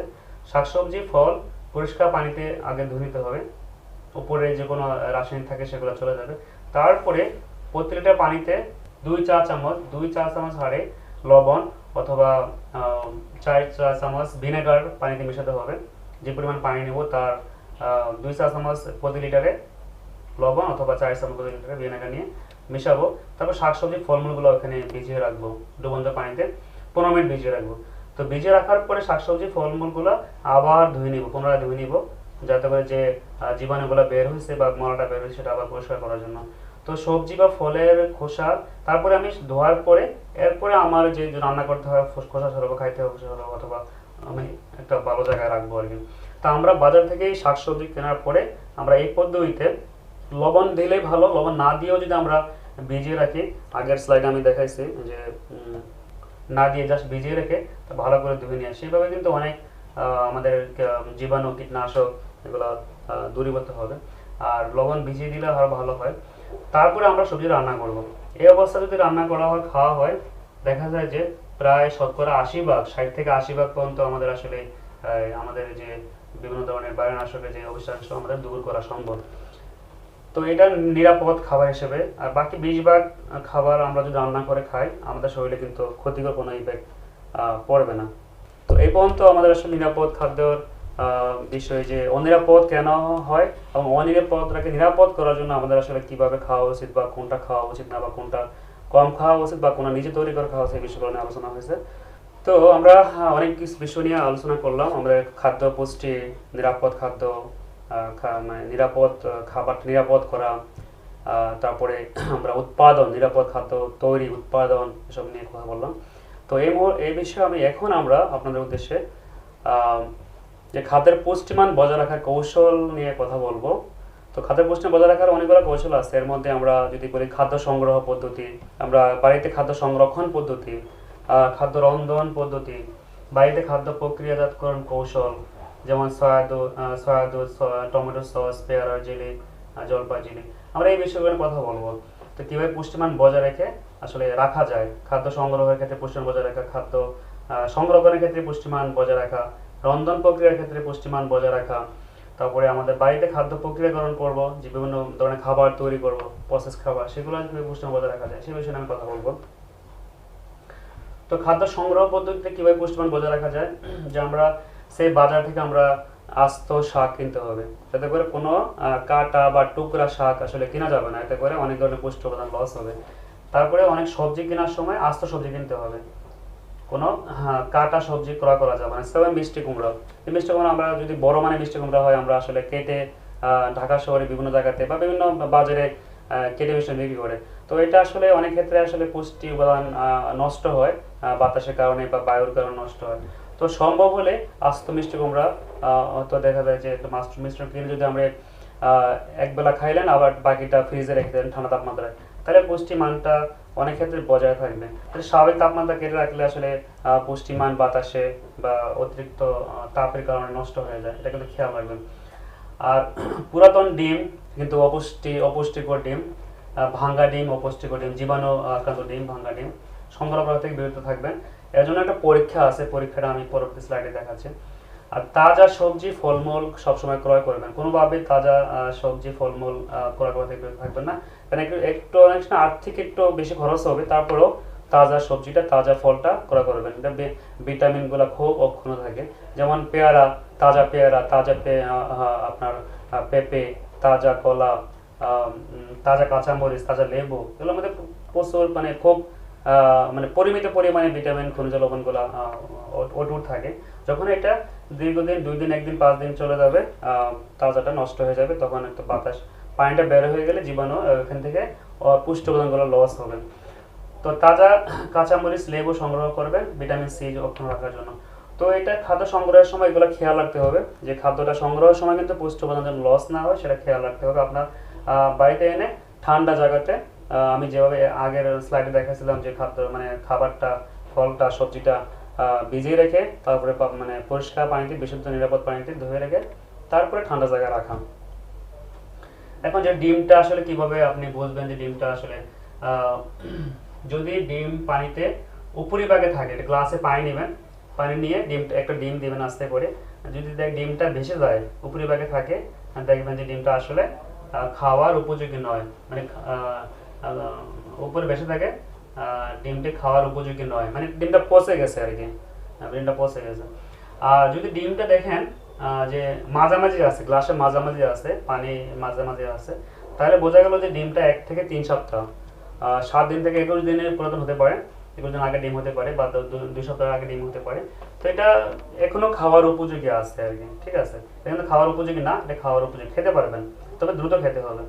আর যে ডিমটা দেখবেন যে গ্লাসের নিচে পড়ে আছে, তাহলে এই ডিমটা আসলে 7 দিনের মানে ফ্রেশ ডিম, এটা বেশি দিন হয়নি, এটা ডিম হাঁস মুরগি পেরেছে, বাট এই ডিমটা কিন্তু একদম মানে ভালো মানের ডিম এবং এটা খাওয়ার যোগ্য।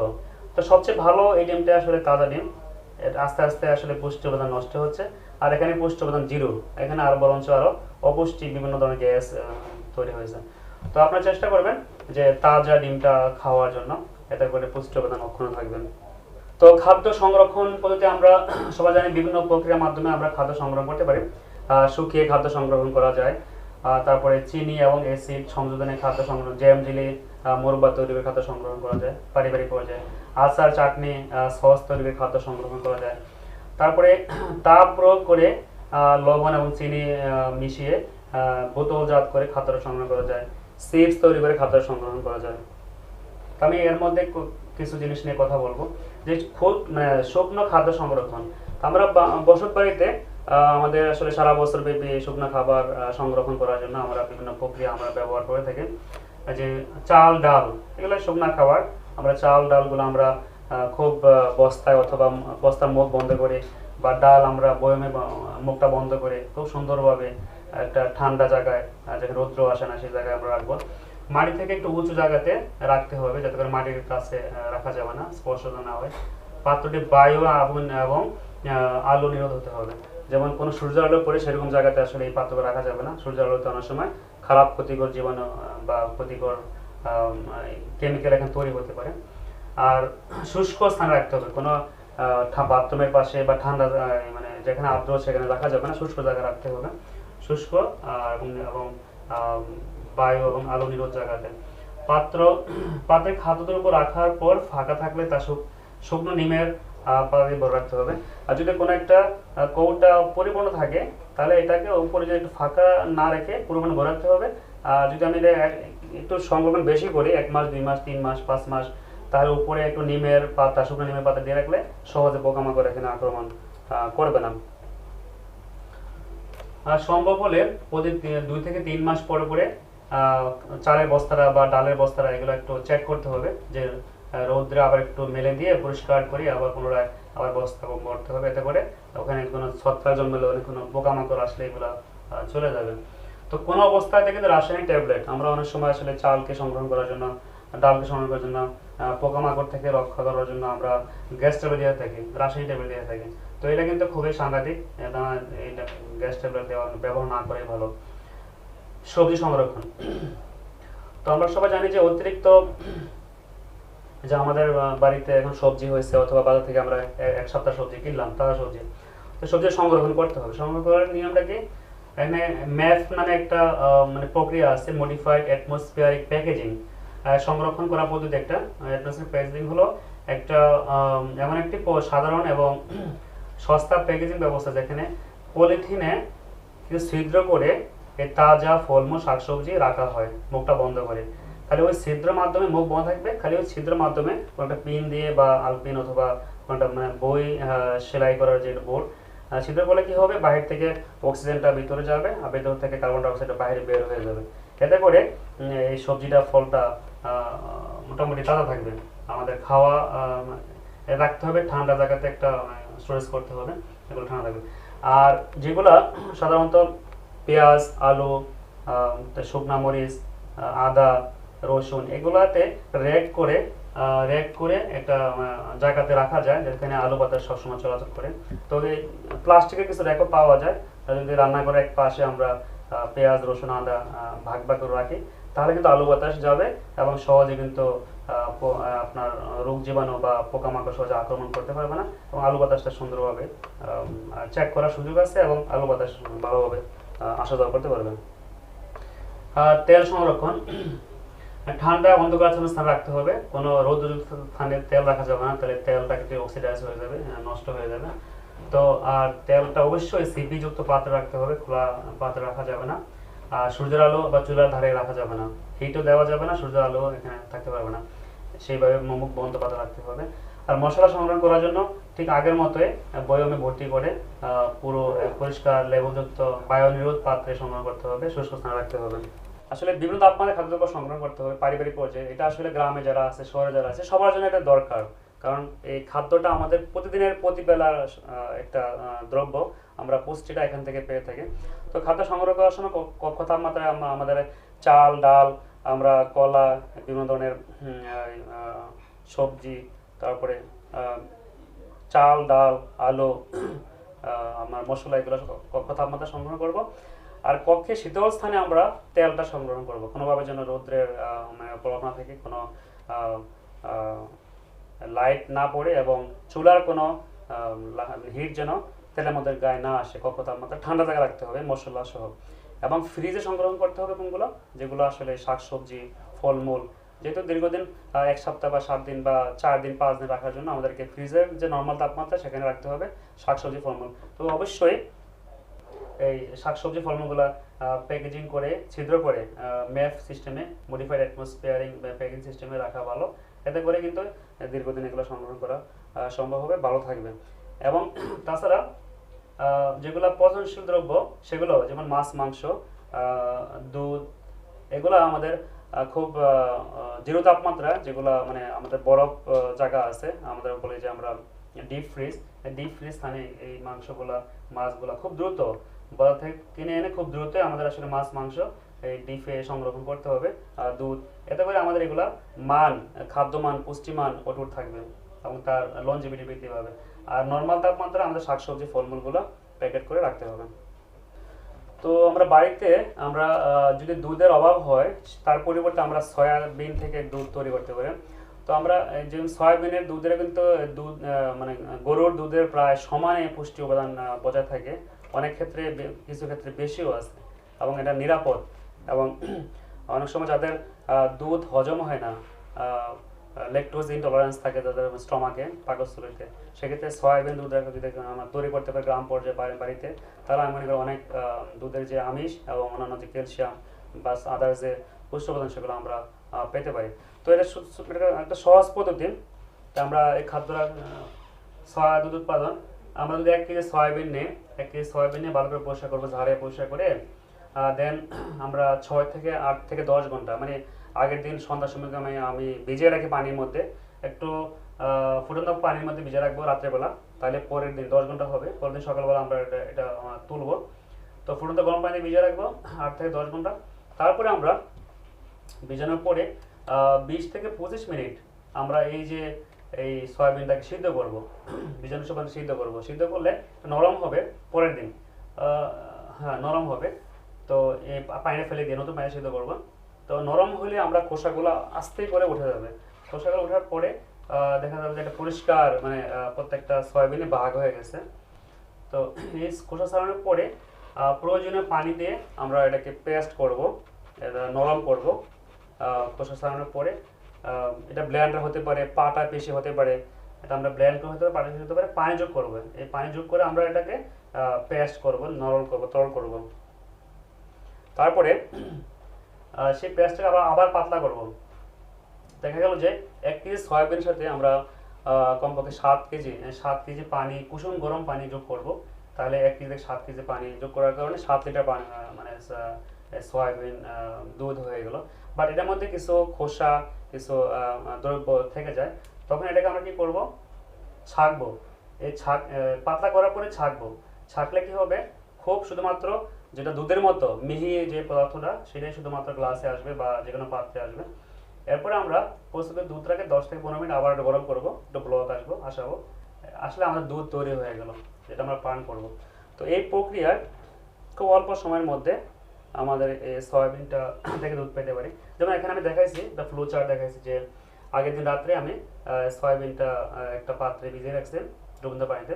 পরের দিন সকালবেলা নরম হয়ে গেছে, সিদ্ধ করার পরে নরম হয়ে গেছে, খোসাগুলো আমরা ছাড়াই ফেলেছে। খোসা ছাড়ানোর পরে এটা আবার একটু ধোয়া হয়েছে, পরিষ্কার করা হয়েছে। পরিষ্কার করে পানি দিয়ে ব্লেন্ড করা হয়েছে, সিদ্ধ করা সয়াবিনটা ব্লেন্ড করা হয়েছে। ব্লেন্ড করার পরে যেটা তরল পদার্থ বের হয়েছে সেটা আমি ছাঁকতে হবে।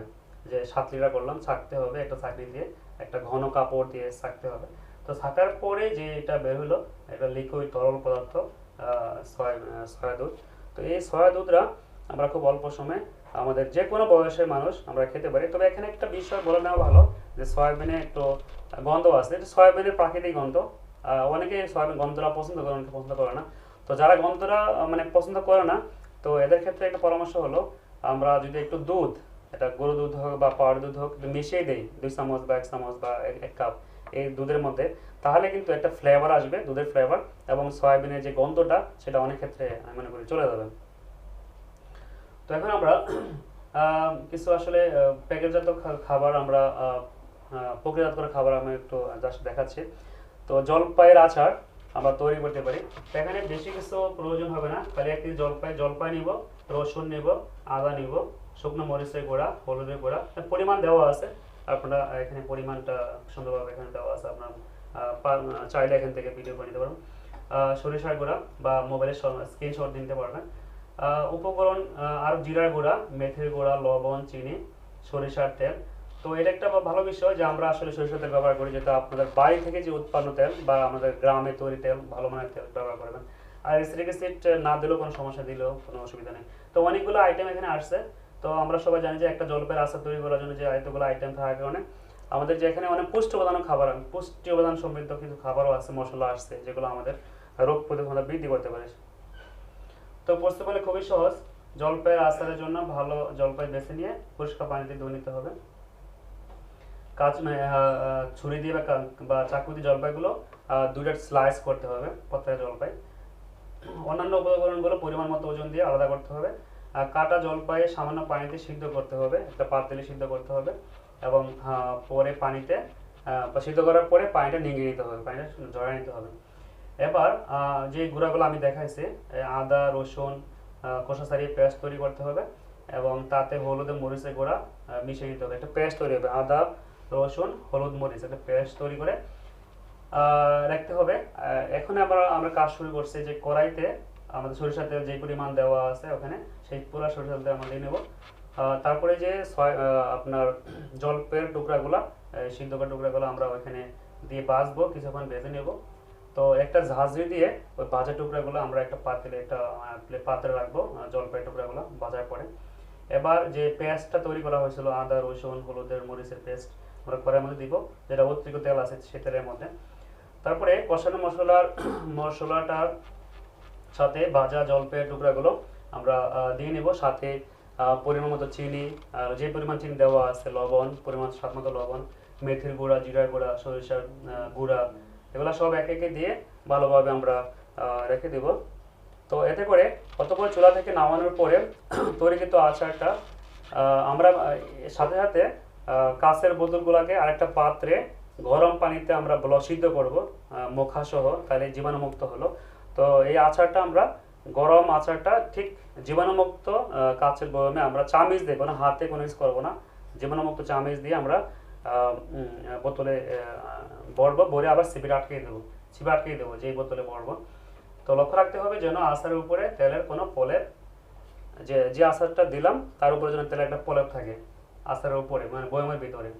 তো আচারের বোতলগুলো পরিষ্কার শুকনো জায়গাতে স্বাভাবিক তাপমাত্রা সংরক্ষণ করতে হবে। তো এভাবে আসলে আহ, জীবাণুমুক্ত করে এবং কমপক্ষে 1 মাস 2 মাস 3 মাস পর্যন্ত এগুলো রাখা যাবে, কোনো নষ্ট হবে না। ঠিক একইভাবে চালতার আচার আমরা বানাইতে পারি। ঠিক একইভাবে যে মশলা দেওয়া আছে সেই মশলা সব নিয়ে আমরা এই প্রক্রিয়ায় চালতা সংগ্রহ করে চালতাটাকে সিদ্ধ করে কেটে টুকরা করে সিদ্ধ করতে হবে। সিদ্ধ করার পরে একটা চাউলের মধ্যে যার জন্য রাখতে হবে যাতে করে পানিটা ঝরিয়ে যায়। এরপরে আদা হলুদ রসুন যেগুলো আমাদের আছে এগুলো পেস্ট করতে হবে আগের মতোই।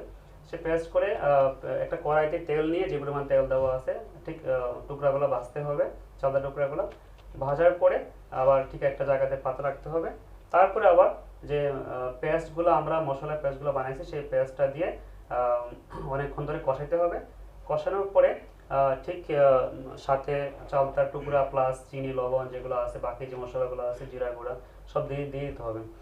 অতঃপর চুলা থেকে নামানোর পরে ঠিক আগের মতোই যে আমরা এক পাশে একটা পাতিলে কাচের বোতলগুলো জীবাণুমুক্ত করে নিব এবং কোনো হাত ব্যবহার করব না, ঠিক চামচ দিয়ে চামচটা জীবাণুমুক্ত করে ঠিক গরম গরম চালতার আচার ঠিক জীবাণুমুক্ত বোতলে আমরা সংগ্রহ করব। ঠিক আমের আচারও সেভাবে করা যায়। কাঁচা আম সেই সেই সেই একই ভাবে আমি এখানে দেখাই দিয়েছি যে আচার তৈরির জন্য আমের আচার তৈরির জন্য এই উপাদানগুলো লাগবে।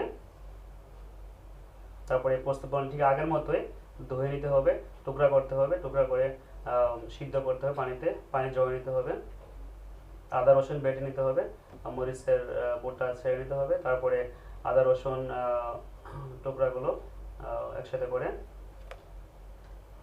সসপ্যানে কড়াইতে মানে প্রথমে আমের টুকরাগুলো ভেজে নিতে হবে। তারপরে অতিরিক্ত তেলের মধ্যে এই মশলাগুলো দিয়ে কষাইয়ে শেষে আমরা আমের টুকরাগুলো আবার জীবাণু দিব।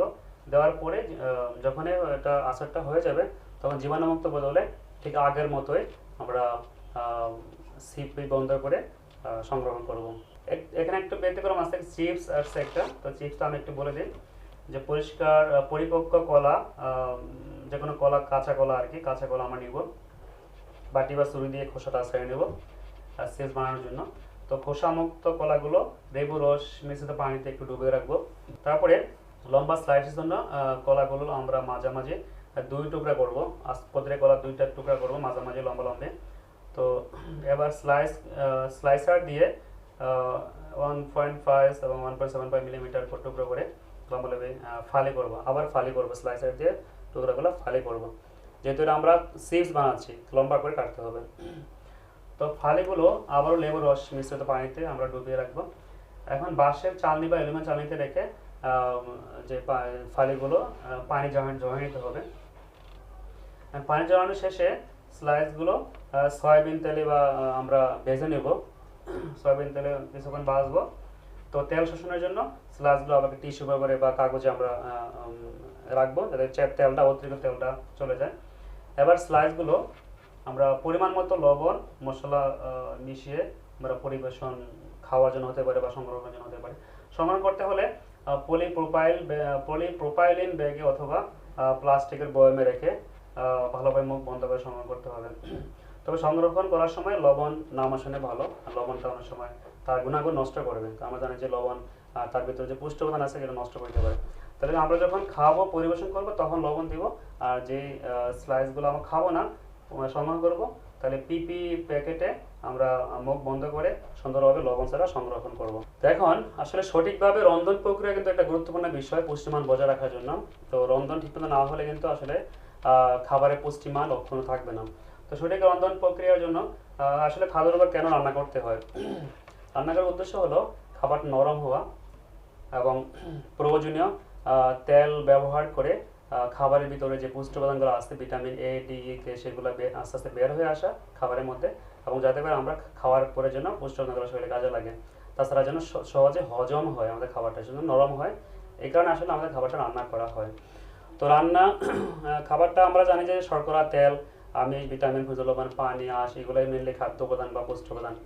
তো তো এই শর্করা আমরা কীভাবে রান্না করবো? আমরা জানি শর্করাযুক্ত খাবারগুলো হচ্ছে চাল, গম, ভুট্টা, যব, চিনি, গুড়, আলু, কচুরমুখী, শাক ও বাল ইত্যাদি শর্করাযুক্ত খাবার।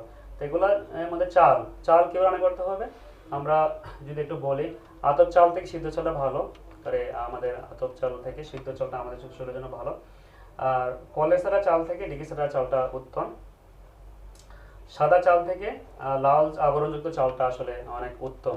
আমরা চেষ্টা করব গ্রামের মানুষ বা যে কোনো এলাকার মানুষ হোক না কেন, চালটাকে একদম পরিষ্কার না করে কিছু যেন চালের কুড়া থাকে সেভাবে আমরা চালটাকে বানবো।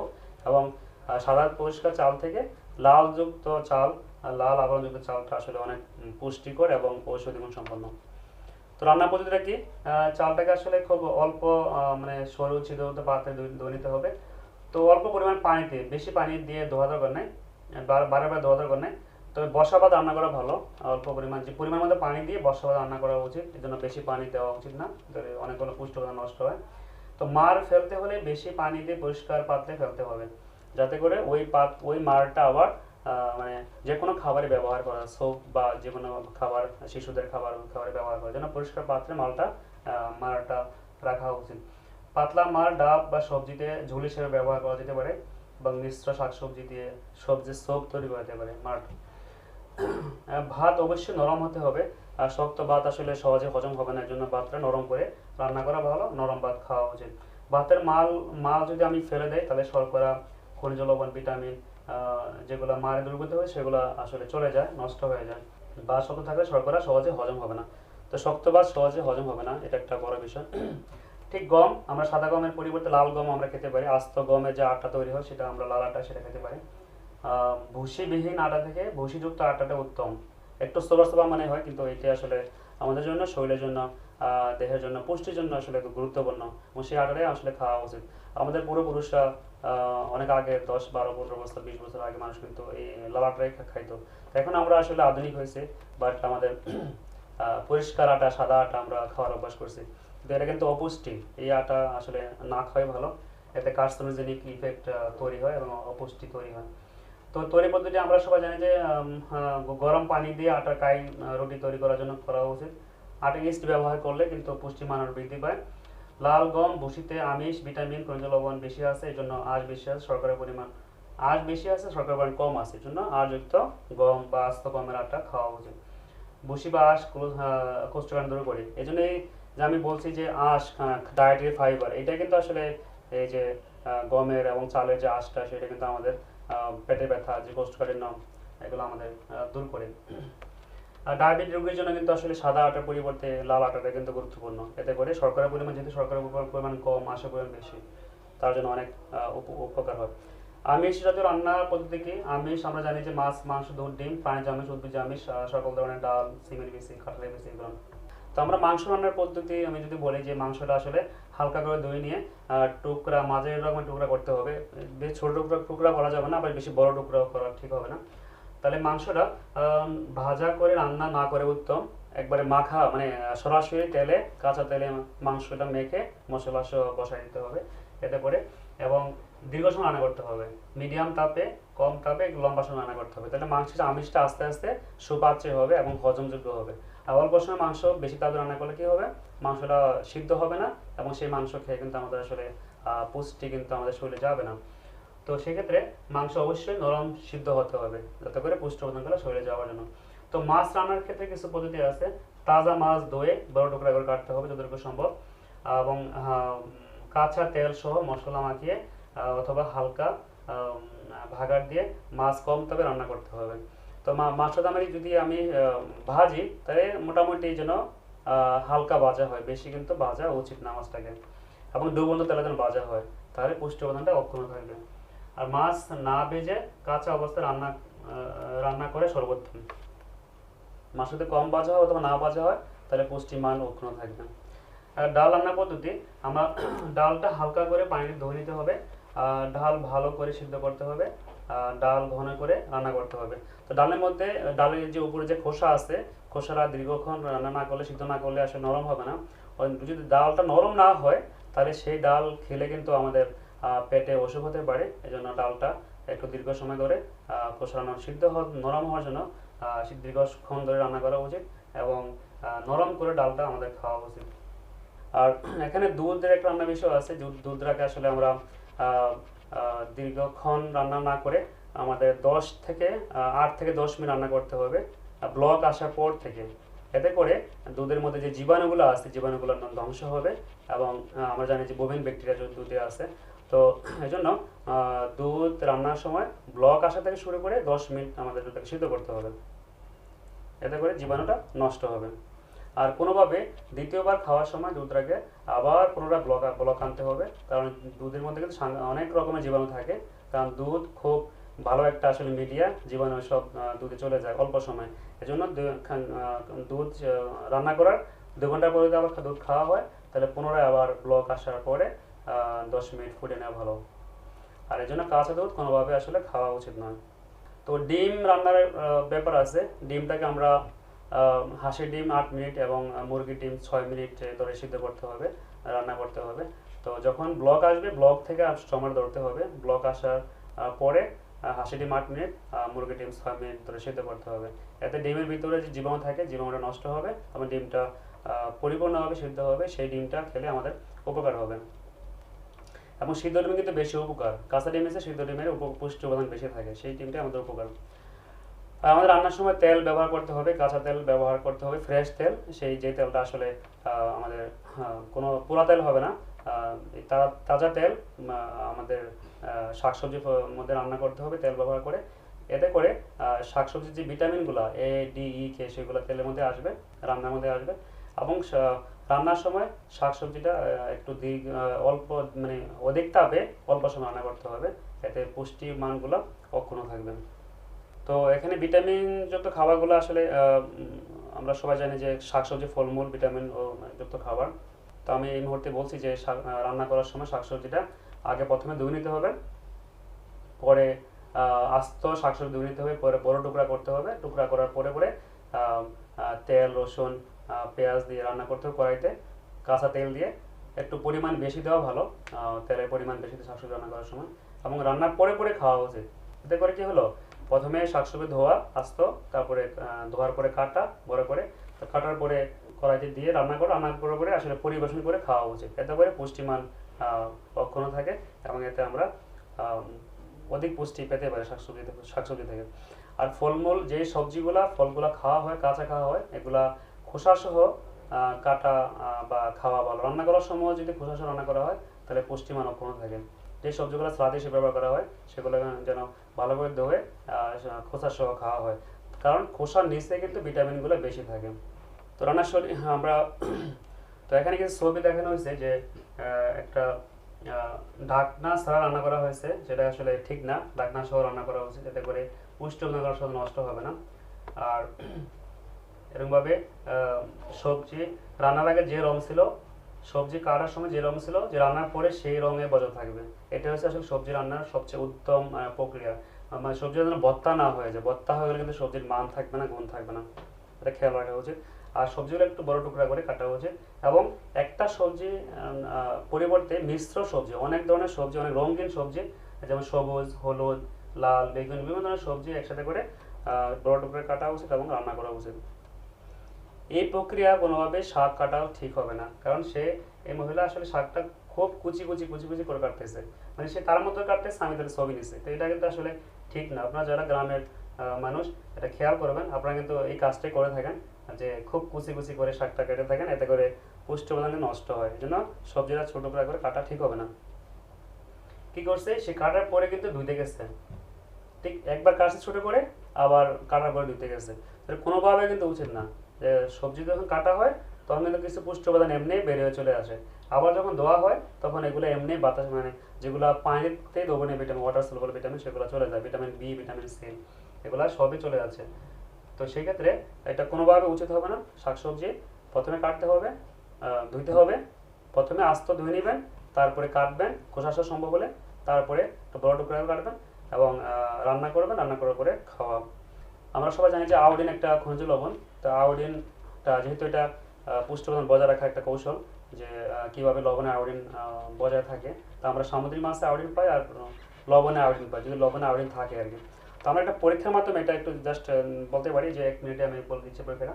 যে বাজার থেকে প্যাকেটযুক্ত লবণ আমি কিনবো, কেনার পরে আমি এখান থেকে 1 চামচ লবণ আমি একটা সুন্দর একটা সাদা বাটিতে নিব, 1 চামচ লবণ নেওয়ার পরে 5টা ভাত নেব আমি, ধরে 5টা ভাত সাথে লবণ আমি পেস্ট করব, 5টা ভাতের সাথে লবণটা পেস্ট করব।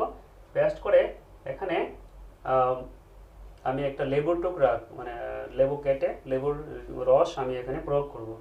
এতে করে যদি এটা কি হয়, এটা বেগুনি রং ধারণ করে, হালকা বেগুনি রং ধারণ করে এই ভাতটা, তাহলে বুঝতে পারবো যে এখানে আয়োডিন আছে। আর যদি কোনো রং ধারণ না করে তাহলে বুঝতে পারবো সেখানে আয়োডিন নাই। তো আপনারা এই প্রক্রিয়ার মাধ্যমে বাড়িতে বসে কোনো একটা প্যাকেট আয়োডিন আছে কিনা এটা যাচাই করতে পারবেন। আর আয়োডিনযুক্ত লবণ অবশ্যই প্যাকেটযুক্ত লবণ কিনবেন এবং লবণটা কিনে বাসায় এনে একটা বয়ম মানে ঢাকনা সহ বয়মে রাখবেন এবং কোনোভাবে বয়মটা যেন চুলার ধারে রৌদ্রের মধ্যে না থাকে, অবশ্যই সবসময় ঢাকনা দিয়ে রাখতে হবে।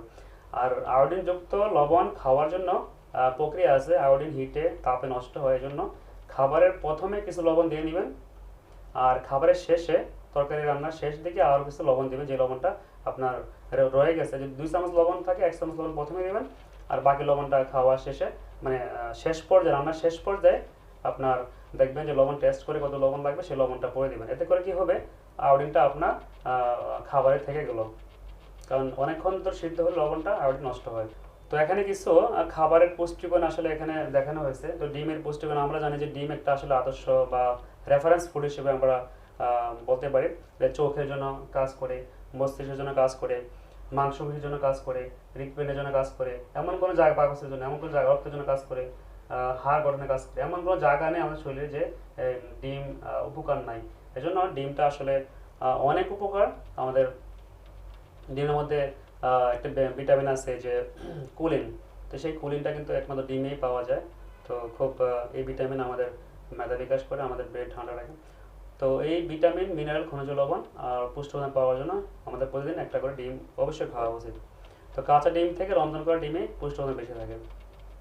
তো এখানে মাংসের কি পুষ্টি উপাদান দেখানো হয়েছে, অনেক পুষ্টি উপাদান মাংসের মধ্যে আছে। আমরা জানি যে মাংসটার মধ্যে ক্যালসিয়াম আছে প্রচুর পরিমাণে, আয়রন আছে প্রচুর পরিমাণে, যেমন ছোটো মাছের কাঁটা এর মধ্যে আয়রন আছে, আর মলা মাছের যে মাথা ওখানে ভিটামিন এ আছে, তারপর ছোটো মাছের কাঁটা ক্যালসিয়াম আছে, আর আয়রন বড় মাছ ছোটো মাছ সব মাছে আছে। তারপরে ভিটামিন ডি আছে আয়রন মাছের তেলে, সামুদ্রিক মাছ তেলে ভিটামিন ডি আছে। তো এগুলো আমরা প্রতিদিনে চেষ্টা করব সামুদ্রিক মাছ সপ্তাহে খেতে, আর প্রতিদিন 1 টুকরা 2 টুকরা মাছ আমরা খাওয়ার চেষ্টা করব, 1 টুকরা মাংস খাওয়ার চেষ্টা করব। এই যে ওমেগা 3 ভিটামিন আছে, ওমেগা 3 আছে মাছে, ভিটামিন ডি, আমিষ, সেলেনিয়াম একটা অ্যান্টিঅক্সিডেন্ট। আমরা সবাই জানি যে একটা হাইলি অ্যান্টিঅক্সিডেন্ট হচ্ছে vitamin C, vitamin D, vitamin E আর ভিটামিন বিটা ক্যারোটিন এবং সেলেনিয়াম। সেই সেলেনিয়াম অ্যান্টিঅক্সিডেন্ট মাছের মধ্যে আছে, যে অ্যান্টিঅক্সিডেন্টটা আমাদের ক্যান্সারের বিরুদ্ধে কাজ করে, আমাদের শরীরে কোনো ক্যান্সার জীবাণু তৈরি হতে পারে না। তো মাছে আয়োডিন আছে, সামুদ্রিক মাছে আয়োডিন আছে, আয়রন আছে মাছে, ক্যালসিয়াম আছে, জিঙ্ক আছে, যে জিঙ্কটা আমাদের প্রত্যেকটা মানুষের দরকার। তো মাছ একটা উত্তম খাবার, এটা আমাদের প্রতিদিনে আমাদের খাদ্য তালিকায় আমাদের প্রতি বেলায় না হোক প্রতিদিনে আমাদের থাকা উচিত। তো ছোটো মাছ থেকে ছোটো মাছে কিছু পুষ্টিগুণ বেশি আছে, বড় মাছে কিছু পুষ্টিগুণ বেশি আছে। আমি যদি একটা আনুপাতিক হারে দেখি যে আয়রনটা ছোটো মাছে বেশি আছে বড় মাছের চেয়ে, ভিটামিন এটা ছোটো মাছে বেশি আছে, মলা মাছে ভিটামিন এটা খুব বেশি আছে রেটিনল, আর বড় মাছে ভিটামিনে অনেক ক্ষেত্রে নাই। তো যাই হোক, বড় মাছ ছোটো মাছ সব মাছে আমাদের খাওয়া উচিত। তো আমি আসলে অনেকগুলো বিষয়ের উপরে আমি অবতারণা করার চেষ্টা করেছি, যে সঠিক খাদ্য নির্বাচন, সঠিকভাবে খাদ্যটা আসলে বাছাই করা এবং পরিমিত পরিমাণে পুষ্টি উপাদান বজায় রেখে রন্ধন প্রক্রিয়া এবং খাদ্য নিরাপদ করা। তো এই যে অনেকগুলো বিষয় এখানে আসছে, যে আমাদের বয়স অনুসারে, আমাদের লিঙ্গ অনুসারে, আমাদের উচ্চতা অনুসারে, আমাদের পেশা অনুসারে, যে একটা মানুষের প্রতিদিনের যে বিভিন্ন ধরনের খাদ্য উপাদান প্রয়োজন পরিমাণগতভাবে, পদ্ধতিগতভাবে এবং পুষ্টিগতভাবে, তো সেই পরিমাণগুলো বজায় রেখে, পুষ্টি উপাদান বজায় রেখে, সুষম মানে পরিমিত নিরাপদ খাবার যদি আমরা প্রতিদিন গ্রহণ করতে পারি, তাহলে আমাদের যে বৃদ্ধিটা হবে স্বাভাবিক বৃদ্ধি হবে, একটা শিশু স্বাভাবিকভাবে বেড়ে উঠবে, কিশোর কিশোরী হবে, সেই কিশোর কিশোরী স্বাভাবিকভাবে বেড়ে ওঠে, পূর্ণবয়স্ক মানুষ হবে, সেই পূর্ণবয়স্ক মানুষ এক সময় বৃদ্ধ হবে, এবং একটা যে এভাবে যে আসলে মানব একটা সাইকেল তৈরি হবে জীবন পর, যে একটা মানে মানুষের একটা যে জন্ম সাইকেল আবার মৃত্যু সাইকেল আসবে। তো এই প্রক্রিয়াতে পুরো জীবন চক্রের মধ্যে যে পুষ্টির একটা সমন্বয়হীনতা, পুষ্টির একটা যে জরুরি, আমাদের প্রতিটা স্টেজে প্রতিটা আপনাদের পদক্ষেপে পুষ্টি আমাদের দরকার আছে। আমাদের গর্ভ থেকে শুরু করে একটা মা যখন গর্ভ মানে প্রথম কনসিভ করবে সেখান থেকে শুরু করে মৃত্যুর আগের দিন পর্যন্ত কবর পর্যন্ত, মানে বলা হয়েছে যে দোলনা থেকে কবর পর্যন্ত যেমন শিক্ষা দরকার, শিক্ষা গ্রহণ করা উচিত, ঠিক মানে মায়ের গর্ভ থেকে শুরু করে ঠিক কবর পর্যন্ত মৃত্যুর আগের দিন পর্যন্ত আমাদের আসলে পুষ্টিকর খাবার, সুষম খাবার এবং নিরাপদ খাবার আমাদেরকে আসলে গ্রহণ করা উচিত। এতে করে কি হবে, আমাদের আসলে কারো উপরে আমাদের বোঝা হতে হবে না। আর না হয় আমরা জীবনে কোনো একটা পর্যায়ে গিয়ে আমরা যদি বিকলাঙ্গ হয়ে যায়, পঙ্গু হয়ে যায়, অন্ধত্ব হয়ে যায়, মানে মানসিক রোগী হয়ে যায়, তাহলে আমার নিজের জন্য আসলে বোঝা এবং সাথে সাথে পরিবারের উপরে বোঝা তৈরি হবে। এতে এতে করে কিন্তু একটা অমানসিক যন্ত্রণা, একটা অসহনীয় যন্ত্রণা, সেটা আসলে কোনোভাবে কাম্য নয়। তো আমরা আশা করব আমার এই বক্তব্য থেকে যে উপকারগুলো আপনাদের কৃষক ভাই, বিভিন্ন শিক্ষক, ইমাম, যে কোনো বয়সের মানুষ, যে কোনো পেশাজীবী মানুষ, যে কোনো মানে মানুষ তার উপকার হবে, উপকারটাকে যেন অবশ্যই তার নিজে রপ্ত করবে, তার পরিবারকে জানাবে এবং সে প্রয়োগ করবে পুষ্টিকর খাবার কিভাবে রান্না করতে হয়, কিভাবে পরিবেশন করতে হয়, কিভাবে সংরক্ষণ করতে হয়, কিভাবে আসলে উৎপাদন করতে হয় নিরাপদ হইতে। এবং সেই মেসেজটা, সেই তথ্যগুলা অবশ্যই আপনার প্রতিবেশীকে, আপনার গ্রামের মানুষকে, আপনার আত্মীয়স্বজনকে, বন্ধু বান্ধবকে আপনার শেয়ার করবেন। মসজিদে গেলে মসজিদে কথা বলবেন, পাড়া প্রতিবেশী চায়ের দোকানে গেলে কথা বলবেন। এতে করে কি হবে, আপনার একটা আত্মীয়, আপনার একটা বন্ধু বান্ধব, সে কিন্তু দেখা গেল যে অকাল মৃত্যু থেকে, একটা বড় রোগ থেকে বেঁচে যাচ্ছে। এতে করে আমাদের দেশ, আমাদের সমাজ উন্নতি হবে। আমরা নিম্ন আয়ের দেশ থেকে মধ্যম আয়ের দেশে যাব, সেখান থেকে আমরা উন্নত রাষ্ট্র হিসেবে আসলে পৃথিবীর বুকে আমরা নিজেকে তুলে ধরতে পারবো। এটা অবশ্যই আমাদের গর্বের বিষয়, আমাদের জাতি হিসেবে আমাদের একটা বিশাল আমি মনে করি আশীর্বাদ। এবং আমি আশা করব আপনারা এটা নিজে ফলো করবেন, সব মানুষকে ফলো করার জন্য উৎসাহিত করবেন এবং সমাজে তার যে প্রতিফলন সেটা বাস্তবায়ন করবেন। এই আশাবাদ ব্যক্ত রেখে আমি আমার বক্তব্য শেষ করলাম।